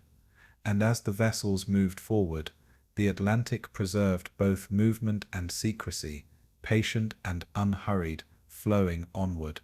The Atlantic became a companion to these hidden operations, its vastness a shield, and its currents a guide. Commanders learned to read subtle variations in water, temperature, pressure, and tide, understanding that the ocean carried messages invisible to others. Crew members absorbed these lessons, moving as one, their attentiveness a reflection of skill, trust, and experience. Even the quietest signals could carry meaning, fluctuations in wave patterns, faint reflections of distant light, or the subtle vibration of the hull against unseen currents. Missions unfolded slowly, each moment of movement and stillness calculated with care, guided by both training and intuition. The secrecy of the operation lent itself to reflection, allowing commanders and crew to internalize the rhythm of both task and ocean. Above, neutral waters appeared calm and unremarkable, but beneath the surface every movement held weight, intent, and consequence. These clandestine journeys left no immediate trace, only subtle echoes in reports, records, and memory. The Atlantic carried these stories quietly flowing over them, preserving them with patience and discretion, and through this gentle concealment, the shadows of war moved forward, unseen yet deliberate, measured yet purposeful. Every approach to foreign shorelines demanded restraint, precision, and quiet observation. Commanders balanced urgency with patience, navigating treacherous shallows and hidden reefs, while remaining alert to unseen observers. Crew members internalized these rhythms, moving silently, maintaining both watch and machinery with deliberate care. The ocean itself became a teacher, offering subtle feedback through depth, vibration, and current, shaping decisions with calm authority. Even the smallest action, adjusting a propeller, shifting ballast, or changing course, carried amplified significance in this hidden world. Missions required intuition and reflection, a quiet partnership between crew commander and the ocean's subtle language. Above, lights of distant towns glimmered faintly, unknowing witnesses to careful exchanges and fleeting shadows along coastlines. Some agents landed and disappeared into quiet forests or empty streets, their movements brief and secretive, leaving only memory and currents behind. Others returned with stories untold, cargo delivered, or intelligence gathered, all preserved in silence beneath patient waves. And as these clandestine operations unfolded, the Atlantic carried forward the rhythm of secrecy, subtlety, and patient endurance. The isolation of these missions magnified both observation and reflection. Commanders developed heightened awareness, reading currents, listening to subtle shifts in machinery, and sensing the presence of unseen vessels. Crew members, attuned to every movement and vibration, maintained an unbroken rhythm of vigilance, discipline, and quiet coordination. The Atlantic, vast and patient, offered both concealment and subtle guidance, a quiet partner to those navigating its depths. Every action became an echo of calculation, patience, and the balance between risk and necessity. Even minor decisions, a momentary pause, a shift in depth, a change in heading, rippled across both mission and memory. Above, neutral waters shimmered faintly, masking these small acts of careful strategy beneath endless blue. Each mission became a meditation in silence, reflection, and subtle skill, weaving together crew, commander, and ocean in delicate balance. And through this careful, quiet rhythm, the Atlantic preserved secrecy, instruction, and endurance, flowing onward without haste or judgment. The shadows of hidden campaigns moved forward with patient, measured purpose, unseen yet deeply felt. Clandestine journeys also revealed human subtleties, glimpses of character in moments of pressure and reflection. Commanders relied on experience, patience, and intuition, balancing the lives and trust of their crews against the silent demands of their missions. Crew members responded with careful attentiveness, every movement precise, every glance and gesture coordinated and meaningful. The Atlantic amplified these human subtleties, carrying them through subtle shifts in currents, vibration, and water pressure. Even the gentlest waves reflected the rhythm of the hidden operations, echoing decision, endurance, and skill. Missions were completed quietly, leaving traces only in memory, subtle evidence, or whispered reports, yet each left an imprint beneath the surface, Above, distant horizons appeared still and patient, masking the complex dialogue of vessel, crew, and mission below. Every success and adjustment added to the subtle history of these shadowed waters, a record carried in silence. And in this flow, the Atlantic held lessons of reflection, observation, and quiet mastery, unhurried and enduring. The shadows moved forward, patient, deliberate, and unseen, shaping history beneath calm waves. Even routine movements acquired weight beneath the surface, each patrol a study in patience, subtlety, and endurance. Commanders guided their vessels with quiet confidence, balancing calculation with instinct, risk with reflection. Crew members internalized these rhythms, moving with precise coordination, responding to both environment and instruction. The Atlantic itself reflected this careful balance, its currents and depth providing feedback in subtle, patient ways. Above, neutral waters seemed endless and indifferent, yet beneath every nuance held significance, a dialogue between human endeavor and the ocean's steady guidance. Each mission became a meditation on quiet skill, subtle strategy, and patient observation, woven into the gentle rhythm of the waves. Even the faintest detection or obstacle required calm analysis, careful decision and adjustment, measured with discipline and awareness. And through these small deliberate actions, the hidden campaigns unfolded, silent yet meaningful, careful yet enduring. The Atlantic carried these movements forward, both witness and teacher, patient, flowing, and quietly instructive. And through this subtle rhythm, the shadows in neutral waters whispered their stories forward, delicate, deliberate, and enduring. The hidden war beneath neutral waters emphasized reflection, patience, and delicate mastery of both vessel and environment. Commanders navigated currents, tides, and distant shorelines with quiet awareness, their choices measured against both mission and ocean. Crew members responded with attentive coordination, their precision and care ensuring the smooth unfolding of subtle operations. The Atlantic carried these stories forward, vast, patient, and observant, its currents preserving both action and reflection. Even the smallest shifts in movement or course held significance, echoing through mission, memory, and ocean alike. Missions completed without notice became lasting echoes in the history of these waters, subtle but enduring. Above, the calm surface masked the depth of activity below, hiding the careful rhythm of movement, observation, and endurance. Each journey became a quiet testament to skill, patience, and the collaboration between human endeavor and the ocean's subtle guidance. And in this measured flowing rhythm, the Atlantic preserved both secrecy and memory, carrying forward the shadows, reflections, and quiet lessons of the hidden war. The currents whispered forward, patient, deliberate, and endlessly observant. As the tides of war turned irrevocably, the wolf packs that once prowled the Atlantic found themselves adrift in uncertainty.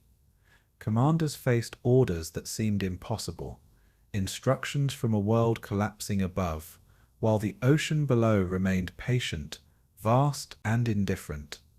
Some vessels surfaced to surrender, their crews guided by duty, fear, and the quiet necessity of survival. Others vanished into the Atlantic, leaving only currents and rumor in their wake, a testament to the persistent solitude of their kind. Within each submarine, quiet reflection weighed alongside duty, the hum of machinery mingling with the unspoken questions of conscience and endurance. Crew members adjusted to new rhythms, a mix of obedience, hope, and resignation, moving through tasks with steady hands and measured steps. The Atlantic, once a theater of skill and strategy, became a mirror of uncertainty, reflecting the ebb of control and the flow of inevitability. Even in surrender, The vastness of the ocean carried dignity, preserving the rhythm of experience and the echoes of past triumphs, and through this slow unraveling, the legacy of the pack shifted, patient, unhurried, and quietly enduring beneath the waves. The Atlantic whispered forward, carrying both endings and reflections in its patient currents.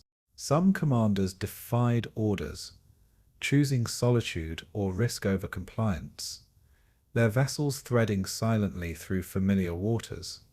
These decisions were measured, deliberate, and private, a quiet assertion of agency in a world defined by collapse.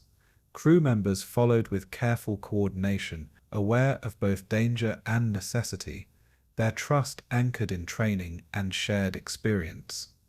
The Atlantic remained constant, patient and unjudging, carrying vessels and choices alike through currents, both subtle and deliberate. Even as Germany's surface world fractured, the rhythm of the submarine, the soft vibration, the measured adjustments, the patient navigation, continued unbroken. Some who vanished did so without explanation, leaving only the Atlantic as witness to their final passage. Others returned reluctantly, surrendering beneath a sky that seemed heavier, calmer, and endlessly observing. And in each choice, each movement, the ocean held memory both of action and reflection, quiet and continuous. The Wolfpack, once defined by coordination and shared hunting, now dissolved into solitude and uncertainty, leaving the Atlantic to hold their stories. And as vessels disappeared into history or returned to harbor, the currents carried forward, the soft echoes of a pack dispersed. The dissolution of the pack revealed subtle human rhythms, patience and reflection beneath the shadow of defeat. Commanders who once led coordinated hunts now faced moments of moral and strategic uncertainty, their instincts tempered by exhaustion, experience, and reflection. Crew members adapted, preserving routine, discipline, and quiet attentiveness, even in the face of change and indecision. The Atlantic absorbed this shift, offering steady currents and subtle guidance, indifferent yet instructive, preserving lessons and memory alike. Some vessels made their way to ports for surrender, their captains guided by cautious calculation and the desire to safeguard life. Others navigated alone, seeking silence, space, or anonymity in the ocean's vast expanse. Even in vanishing, the rhythm of movement, duty, and endurance continued, measured against the gentle push of currents and tides. Each choice, each moment of hesitation or resolve, left a faint imprint upon the ocean, subtle yet enduring. And in this transition, the Atlantic preserved both courage and reflection, carrying the legacy of the pack into quiet, patient memory.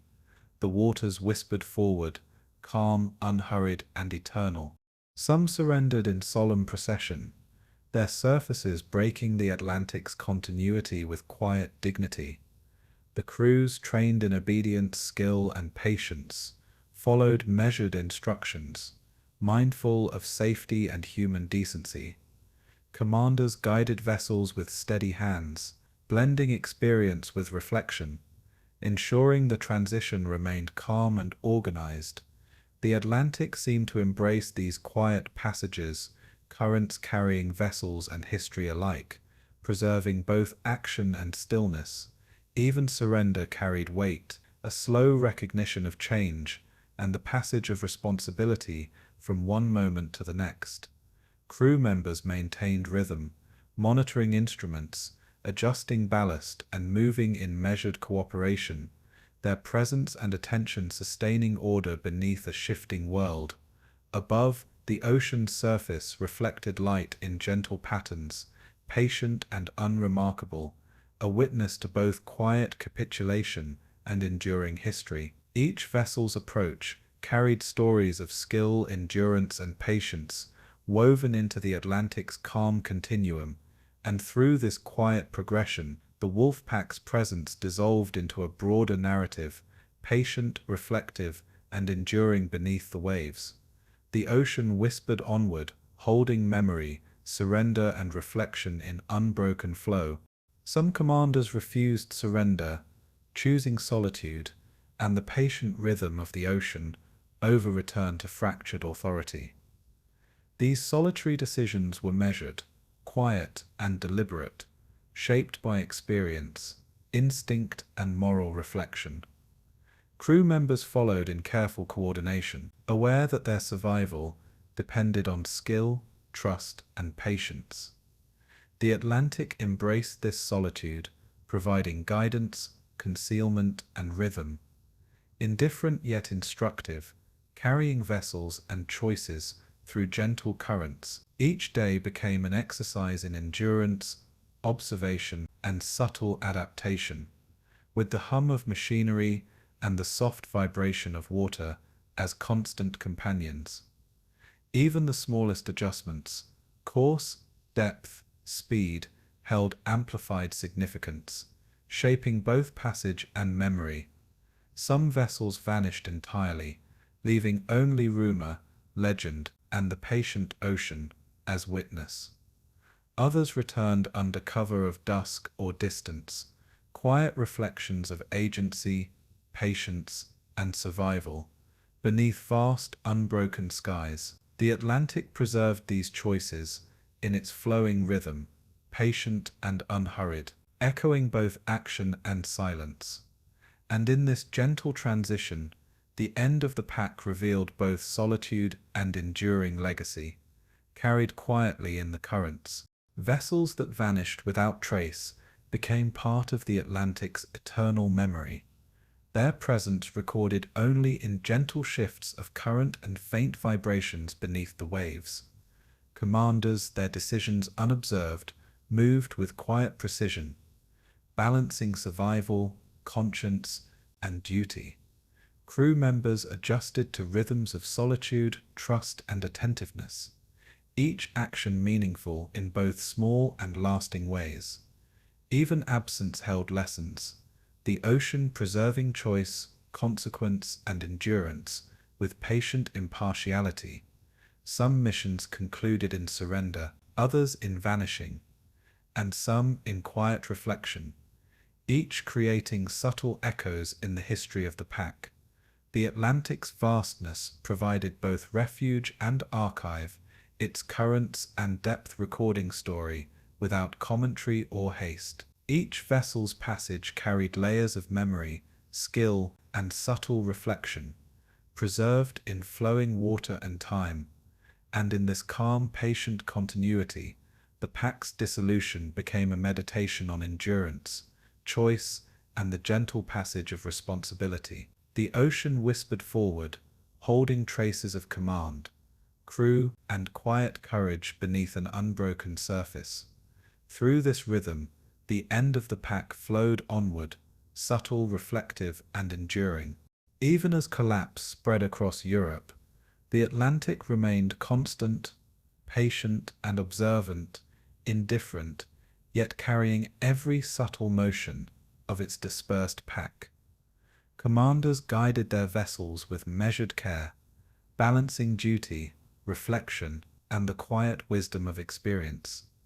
Crew members adapted to changing purpose, maintaining routines, precision, and calm focus, attuned to both vessel and ocean. The currents and tides moved with quiet persistence, echoing decisions, endurance, and subtle mastery. Some surrendered, some vanished, and others traversed the Atlantic with patient observation, their choices unobserved, yet deeply significant.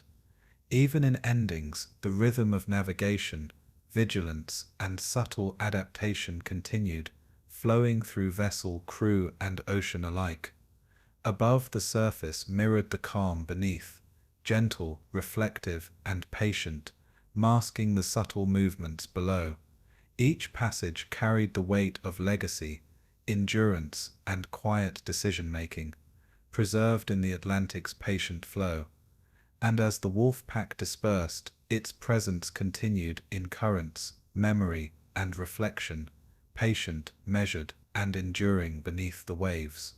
The ocean whispered forward, a quiet witness to endings, choices, and the subtle continuity of history. The final days of the Wolfpack were quiet, reflective, and measured, unfolding beneath the vast, patient expanse of the Atlantic.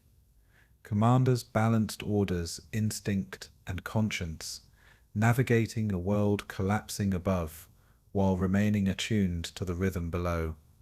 Crew members maintained focus, discipline, and subtle coordination, their shared presence reinforcing skill, trust, and reflection. The Atlantic carried these choices, movements, and decisions with calm impartiality, preserving both action and stillness. Some vessels disappeared entirely, leaving currents and memory as sole witnesses, while others surrendered with dignity, preserving life and continuity. Even the ocean itself seemed to acknowledge this transition, its waves and currents flowing patiently, indifferent yet instructive.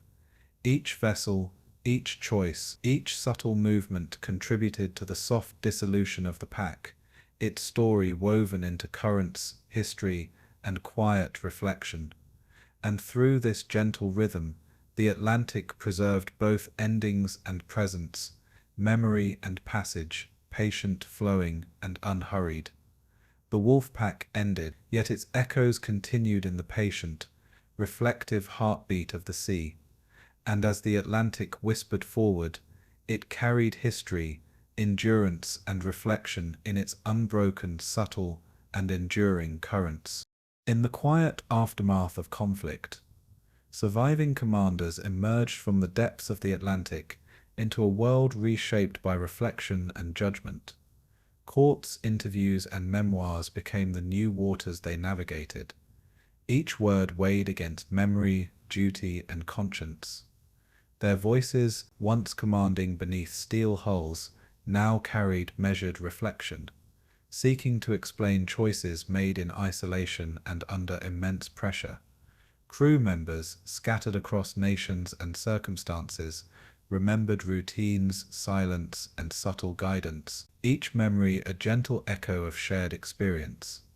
The ocean that had guided them through patrols remained present in recollection, its rhythm mirrored in quiet storytelling and patient deliberation. Even descriptions of strategy and movement were softened by reflection, conveyed with careful attention to responsibility and nuance. Commanders spoke of nights beneath in different waves, of tides and currents shaping decisions, and of the quiet discipline that defined both success and survival. Their recollections were woven with respect for both the ocean and those who had followed them into its embrace. Every reflection carried subtle insight into human endurance, decision-making, and the quiet weight of responsibility.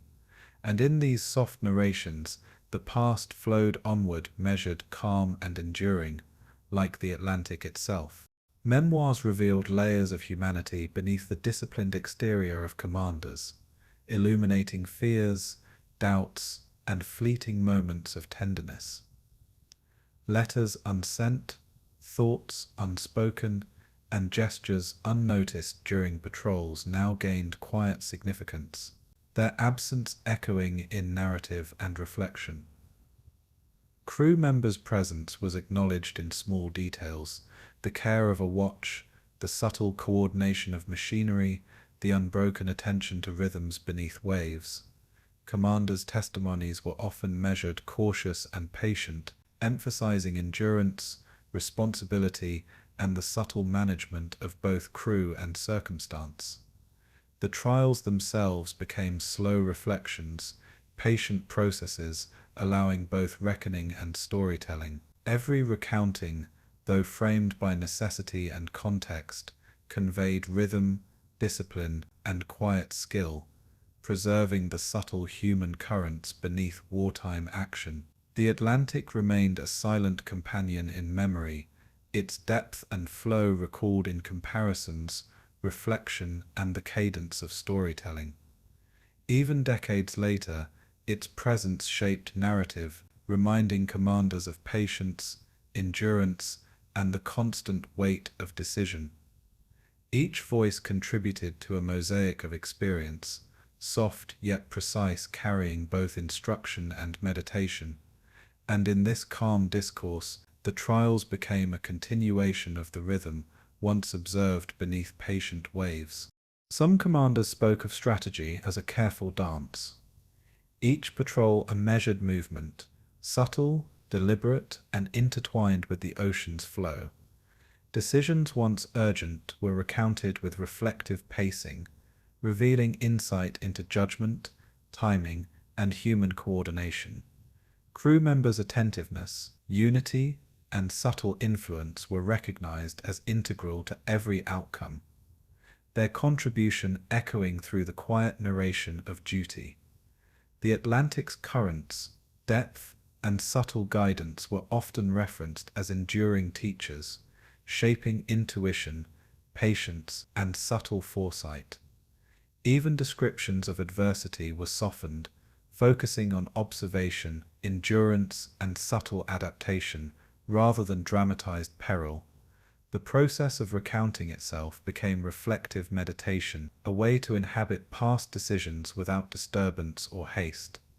Each story carried lessons for understanding human endurance, trust, and the quiet discipline required beneath the waves. Observers, historians, and readers alike were invited to consider subtle interplay of skill, conscience, and circumstance.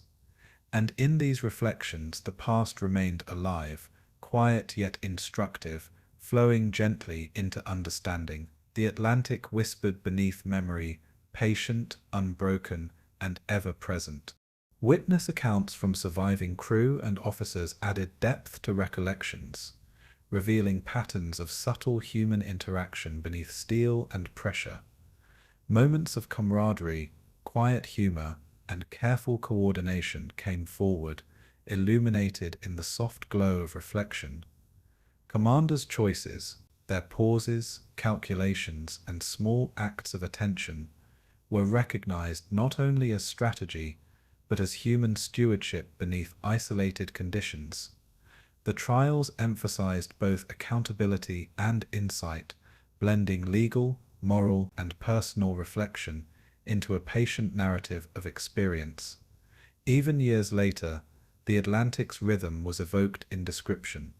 The gentle hum of machinery, the pulse of currents, and the persistent flow of time beneath indifferent waves. Crew members' attentiveness became an emblem of quiet resilience, each small motion a lesson in trust, patience, and shared endurance. The recounting of missions and decisions became a meditation, structured, calm, and reflective, preserving subtle detail without urgency. And through these careful narrations, the legacy of the sea wolves emerged not as legend alone, but as study in discipline, endurance, and quiet judgment. The Atlantic's memory lingered in every account, patient, constant, and unbroken. Every voice carried forward subtle lessons, measured, reflective, and enduring. Memoirs also revealed internal conflicts, moments where conscience and duty intersected beneath the Atlantic's patient weight.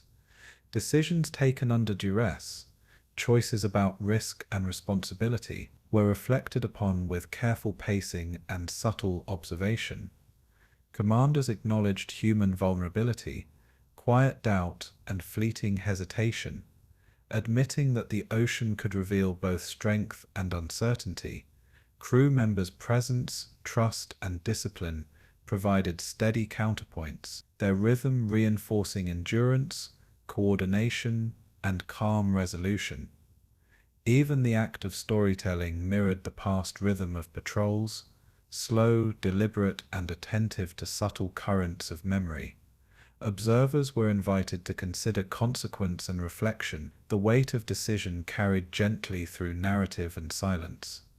The Atlantic itself became an enduring teacher in memory, shaping insight, patience, and perspective in both written and spoken word. Each reflection held subtle instruction in leadership, endurance, and quiet judgment, drawn from experience beneath waves that never judged but always observed.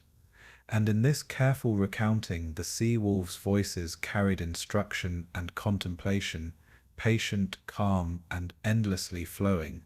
The ocean whispered forward, holding both history and meditation in its currents.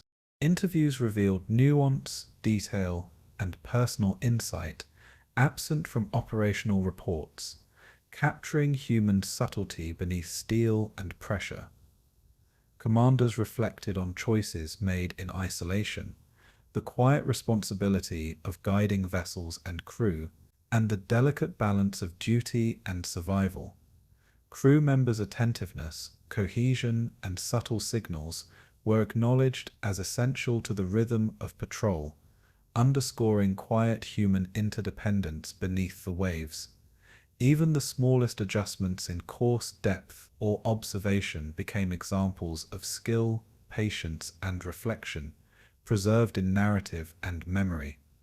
The Atlantic's presence persisted in description, its currents, pressure, and subtle guidance forming a backdrop for human endurance and contemplation.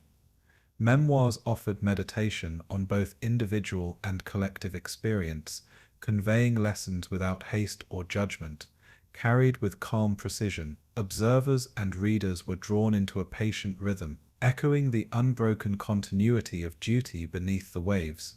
And through this patient storytelling, the trials and recollections became a continuation of patrols, measured, reflective, and enduring. The Atlantic's memory flowed gently, silently preserving the voices, choices, and subtle lessons of the sea wolves. Each account became part of a vast, patient narrative, unhurried, reflective, and instructive. Even in reflection, commanders' voices carried the weight of responsibility, decision, and observation, soft yet deliberate. They recounted months of isolation, endless observation, and subtle judgment beneath indifferent waves. Teaching endurance and attentiveness, crew members' roles, often quiet and measured, were acknowledged with care, emphasizing coordination, trust, and subtle rhythm. The Atlantic itself became a silent participant in memory, guiding reflection, preserving subtle currents of action, and flowing unbroken through narrative. Memoirs and interviews were exercises in patient storytelling, capturing both experience and instruction, measured without haste. Each subtle choice, when to dive, when to wait, when to trust instinct, was preserved as insight, echoing in calm narrative. Observers were invited to move with the rhythm of memory, attentive to patience, endurance, and quiet coordination. And in this calm reflective process, the sea wolves' legacies emerged not as myth, but as subtle guidance, flowing gently through time and thought. The Atlantic carried these lessons forward, patient, unbroken, and enduring beneath every current. Reflection flowed like the ocean itself, quiet, steady, and endlessly instructive. Through memoirs, interviews, and testimony, the essence of the sea wolf's experience took form, patient, reflective, and human. Commanders' voices conveyed insight into the rhythm of patrols, the subtle coordination of crew, and the quiet demands of isolation beneath steel and water. Crew members' attentiveness, trust, and skill were preserved as enduring lessons in human endurance and subtle rhythm. Even the Atlantic, indifferent in life, became central in memory, its currents, depth, and motion echoing the weight, patience, and quiet observation of each mission. Reflection became a form of continuity, linking past decisions to present understanding, providing context, meditation, and instruction. Each narrative emphasized subtlety, endurance, and the patient measurement of action, preserving the essence of experience without dramatization or haste. Observers were guided through history, memory, and reflection in a calm, hypnotic rhythm, echoing the unbroken movement of the ocean. And in this quiet, deliberate rhythm, the trials of the sea wolves were not merely legal or historical, but meditative, instructive, and enduring. The Atlantic whispered forward, holding both lesson and memory in its patient currents. Through calm reflection, the voices of commanders and crew flowed onward, gentle, measured, and timeless. Long after the Atlantic had returned to its patient rhythm, the names of U-boat commanders lingered in books, stories, and whispered recollections. Their actions beneath indifferent waves became distilled into legend. Some celebrated for skill, others remembered with quiet dread. Historians, veterans, and readers alike sought to understand both their mastery of machinery and the delicate moral balance of their choices. Commanders themselves offered reflections that were measured, sometimes defensive, sometimes introspective, always shaped by memory and time. The ocean, which had guided, concealed, and tested them, now became a symbol in narrative, flowing as an eternal witness to human endeavor and consequence. Even decades later, currents and quiet waves seem to carry fragments of their decisions, unspoken yet persistent, shaping understanding across generations. The legends blurred lines between admiration, fear, and ethical ambiguity, leaving the Atlantic as both archive and metaphor. Crew members' accounts added depth, detailing coordination, subtle human rhythms, and endurance beneath the waves.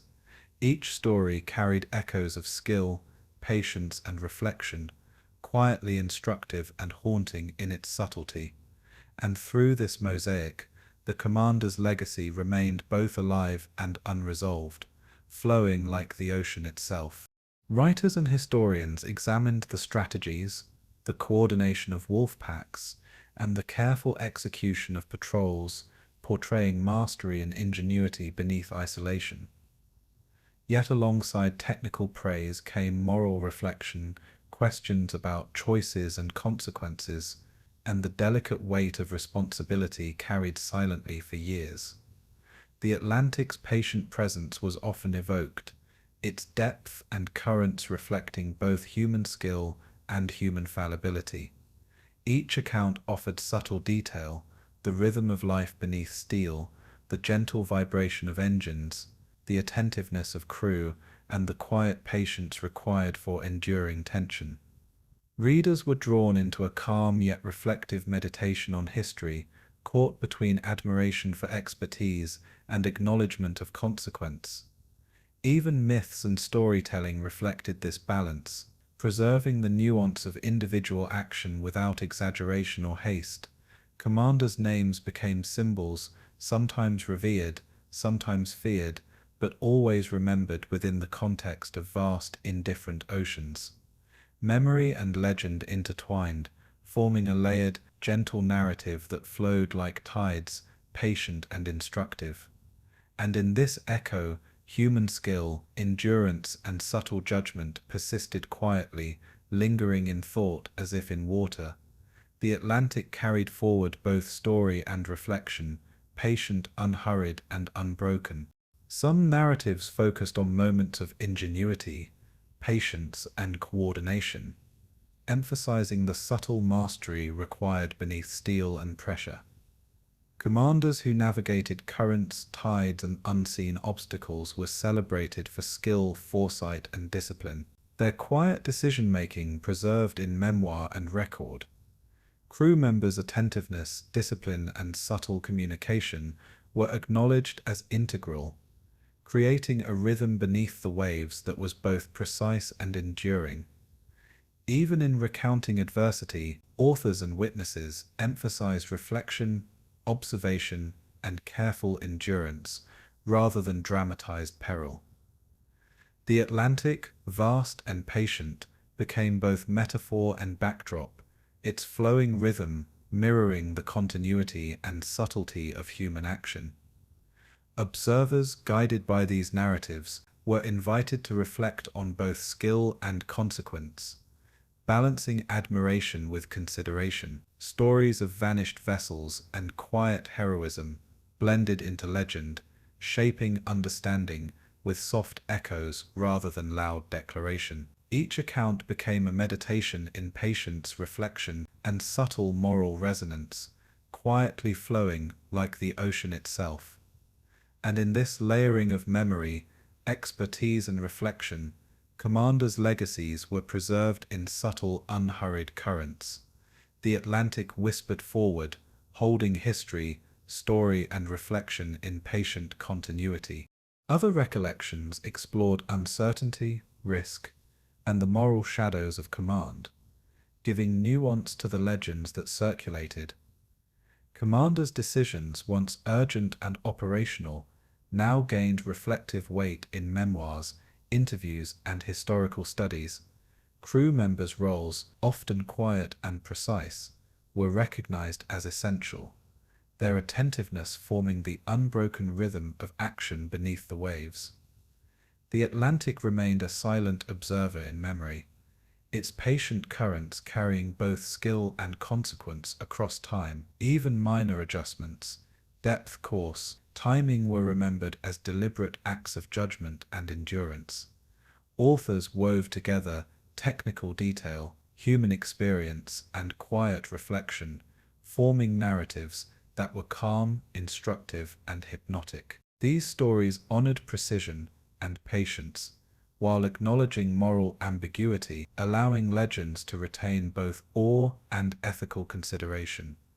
The ocean's subtle presence, threaded through every narrative, a steady witness to both choice and consequence. And in this careful balance, the shadow of history persisted, patient, reflective, and instructive.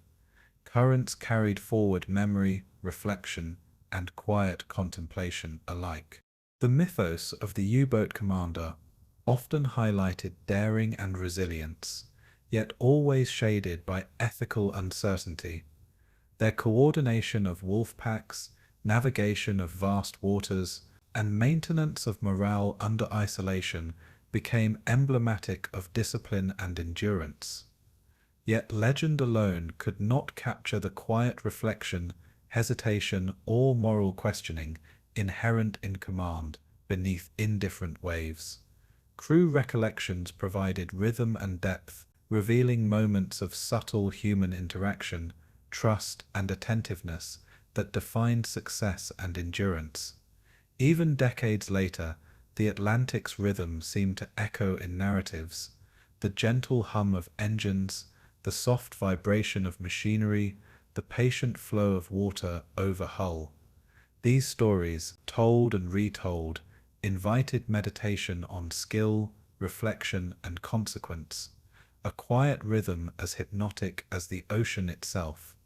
Myth and memory intertwined, forming layers of admiration, caution, and reflective understanding, each carried gently through narration. The legend became an archive, not of triumph alone, but of endurance, decision, and subtle moral navigation. And through this continuum, commanders remained both shadowed and illuminated, their human complexity preserved in calm, flowing stories. The Atlantic held these echoes, patient, enduring, and unbroken. Some accounts dwelled on isolation, observation, and subtle mastery beneath waves that were indifferent yet instructive. Commander's expertise was recognized not merely in outcomes but in rhythm, patience, and coordination, reflected in every course adjustment and crew interaction.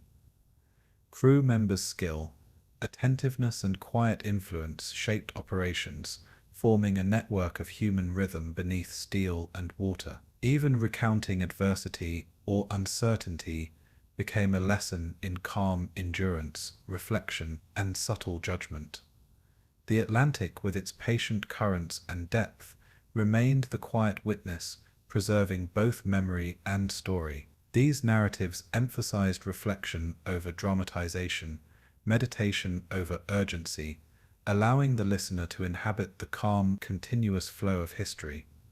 Observers absorbed both story and instruction, caught between admiration for skill and contemplation of consequence. The layering of legend, memory, and moral reflection became a patient archive, subtle yet enduring, instructive yet hypnotic. And in this echo, the sea and its past inhabitants continue to teach, flowing gently through thought, memory, and quiet meditation. The Atlantic whispered on, steady, reflective, and timeless. Histories explored vanished vessels, surrendered commanders, and solitary patrols, emphasizing both achievement and consequence. Each story balanced endurance, skill, and reflection, a quiet rhythm beneath the unbroken weight of the ocean. Crew experiences enriched these narratives, highlighting subtle coordination, patience, and trust as essential to both survival and legacy. The Atlantic carried these lessons forward, patient, flowing, and unhurried, shaping memory and reflection over decades. Legends persisted not as clear morality tales, but as nuanced explorations of human choice, endurance, and circumstance. The ocean itself became a character in these stories, unspoken yet present, teaching rhythm, patience, and subtle insight. Observers learned from both success and shadow, quiet endurance, and delicate judgment, all carried in hypnotic flow, and through this calm continuum, commanders' legacies, crew contributions, and the rhythm of patrols endured, layered like currents beneath the vast unbroken sea. Memory and legend intertwined, soft, reflective, and instructive, as timeless as the Atlantic itself. The waters whispered forward, patient, unhurried, and eternally observant. Even time could not erase these legends. They persisted in books, discussions, and quiet reflection. Commanders' names, stories, and decisions became part of the Atlantic's memory, flowing through history like enduring currents. Crew contributions, subtle rhythms, and patient observation were preserved alongside tales of strategy, skill, and endurance. Each narrative emphasized reflection, observation, and meditation, allowing listeners to inhabit history gently, without urgency or dramatization. The Atlantic remained a silent partner in story, its waves and currents carrying both instruction and reflection across generations. Legends shifted between admiration and caution, shadowed by moral complexity, yet enriched by human endurance and subtle skill. Through these patient echoes, commanders' stories retained depth, quiet fascination, and hypnotic resonance. And as the Atlantic whispered on, the legends and shadows of the sea wolves flowed gently forward, carrying memory, reflection, and subtle instruction across time and tides. The Atlantic stretches vast and patient, holding both memory and mystery beneath its rolling surface. Wrecks of steel and time lie quiet, resting where currents have carried them. Each vessel a story paused but not forgotten. The ocean remembers the rhythm of engines, the careful coordination of crews, and the silent patience of commanders beneath steel hulls. Ghosts of wolf packs drift through memory like subtle currents, their presence felt but never imposing, a quiet trace in the depth. Sailors and commanders are gone, their voices now echoes carried through memoirs, legend, and reflection. Currents sweep over sunken vessels, over tools, logs, and unspoken words, preserving history in patient, unhurried flow. Even in silence, the Atlantic communicates lessons of endurance, judgment, and human subtlety beneath immense, indifferent waves. Observers are drawn into reflection, moving gently with the ocean's rhythm, tracing history through thought and meditation. The past persists quietly, held in the embrace of water, patience, and time. And in this eternal measured flow, the story of the sea wolves continues to drift, patient and unbroken. Each wrecked vessel carries traces of lives lived in constant attentiveness, of decisions measured beneath pressure and isolation. Memories of coordination, trust, and subtle interaction linger, whispered along currents and preserved in the patient flow of water. Even the faint echo of a commander's voice, recalling strategy or observation, moves through the ocean as though time itself bends in respect. The Atlantic holds these fragments without judgment, neither condemning nor celebrating, only keeping them in rhythm with its own enduring pulse. Divers, historians, and descendants feel the weight and quiet of these stories, sensing presence beneath the waves. The lessons of endurance, calm, and subtle decision-making survive in every detail, flowing softly across decades. Each trace, whether machinery, logbook, or memory, becomes a quiet monument to human endeavor under isolation. The Atlantic itself is the archivist, patient and unhurried, preserving both shadow and achievement.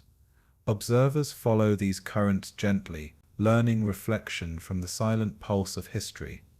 And through this quiet archive, the story of U-Boat Commanders drifts on, eternal, subtle, and alive in memory.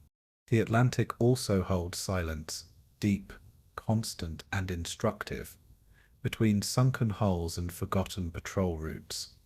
Silence is a teacher of rhythm, patience, and subtle observation, echoing lessons learned beneath indifferent waves. Ghosts of missions, decisions, and endurance move quietly in this space, shaping reflection without urgency or drama. The ocean's memory is neither selective nor hasty. It preserves detail in careful flow, capturing both skill and subtle moral complexity. Even decades later, its current speaks softly of coordination, courage, and endurance, providing meditation to those who listen.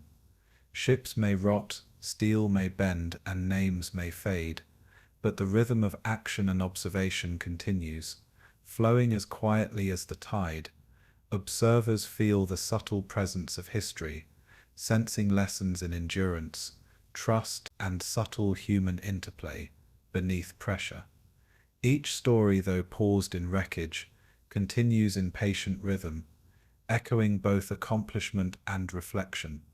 And through these slow hypnotic currents, the ocean carries memory onward, patient and enduring.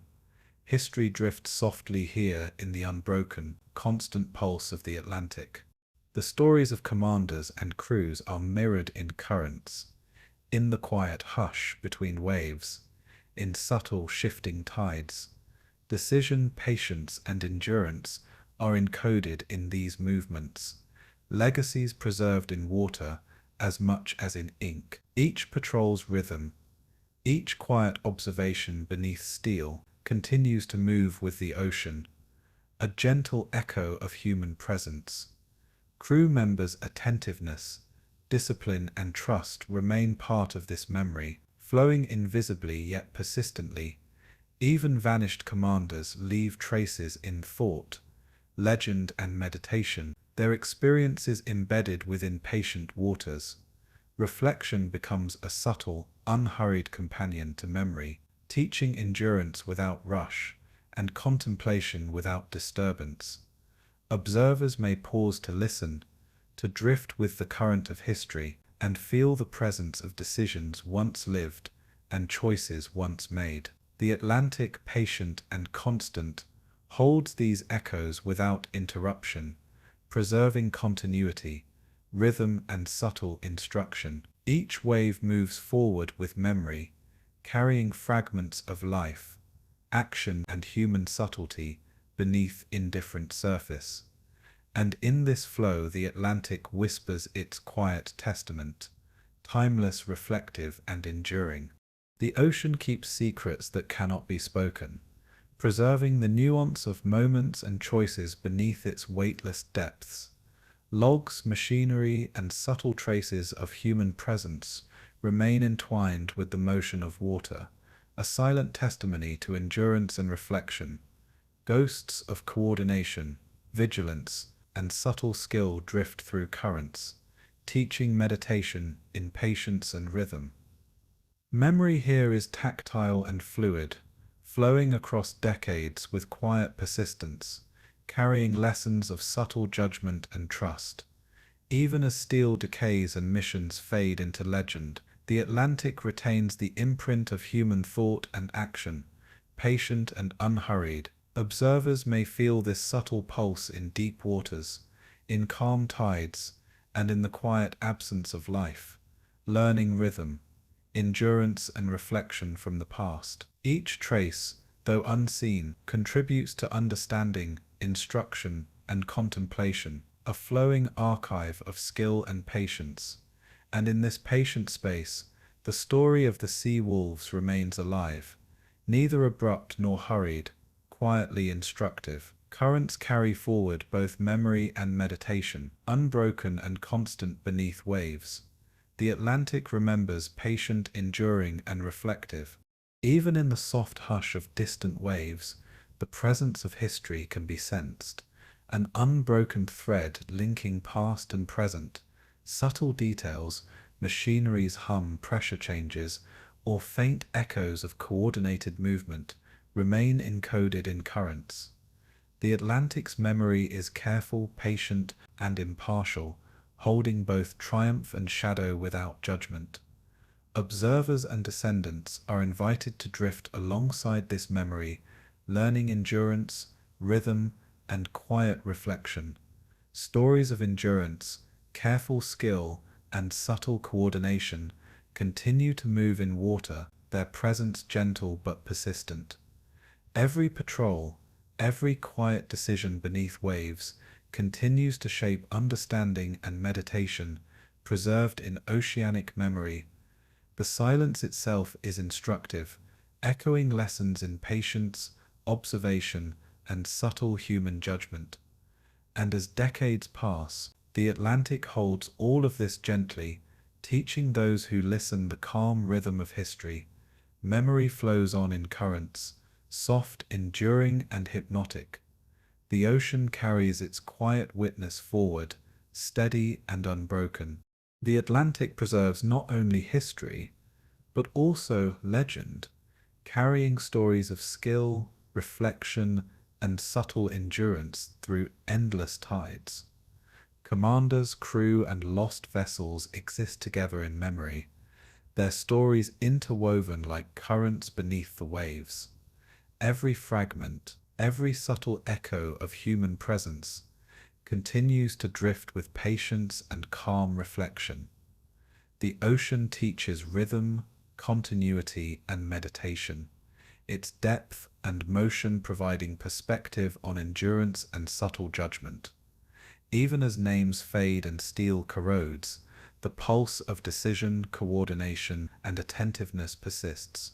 Flowing like unbroken tide, observers are drawn into reflection, invited to sense the presence of past decisions and quiet skill within currents and currents of memory. Each wave carries instruction, meditation, and story in equal measure, patient, unhurried, and hypnotic. And through this patient, quiet flow, the legacy of the sea wolves endures, resting in history, memory, and the eternal Atlantic. The ocean whispers forward, unbroken, calm, and reflective. The Atlantic, in all its vastness, holds continuity across time, linking vanished commanders, sunken vessels, and patient memory. Its currents move like a careful narrative, unhurried, precise, and subtle, preserving both presence and absence. History drifts within its flow, carrying the rhythm of endurance, trust, and subtle human decision-making. Crew contributions, attentiveness, and quiet skill echo through tides, preserved in water as well as story. Silence and motion coexist, teaching reflection, patience, and continuity to all who pause to listen. Legends and memory intermingle, gentle, reflective, and persistent, carried forward beneath unbroken waves. Even the weight of lost lives becomes a quiet lesson, absorbed in the patient, steady pulse of the ocean. And as the Atlantic continues its eternal rhythm, the stories of the sea wolves remain alive, drifting gently through thought, memory, and deep, unbroken tides. Currents whisper history, subtle, hypnotic, and enduring. The ocean remembers, always patient, always flowing, always present. The Atlantic's memory outlasts generations, preserving the quiet rhythm of experience beneath indifferent waves. Decisions, endurance, and human subtlety are encoded in currents, moving patiently with time. Every trace of command, every coordinated movement, and every subtle observation persists, resting within the ocean's patient flow. Legends, memoirs, and reflections reach across decades, but the Atlantic carries them unhurried, blending story and meditation into a seamless continuum. Crew skill, trust, and attentiveness remain entwined with the rhythm of the sea, teaching continuity and calm. Even vanished commanders leave traces in memory and water, their choices echoing in quiet currents. Observers, historians, and descendants follow these flows, learning endurance, patience, and subtle judgment from soft, persistent instruction. And in this serene continuum, the Atlantic holds the story of the U-Boat Commanders, patient, unbroken, and enduring through the quiet pulse of history. Memory drifts onward in gentle tides, carrying reflection, meditation, and calm understanding. The ocean remembers, eternal, unhurried, and alive in subtle, hypnotic rhythm.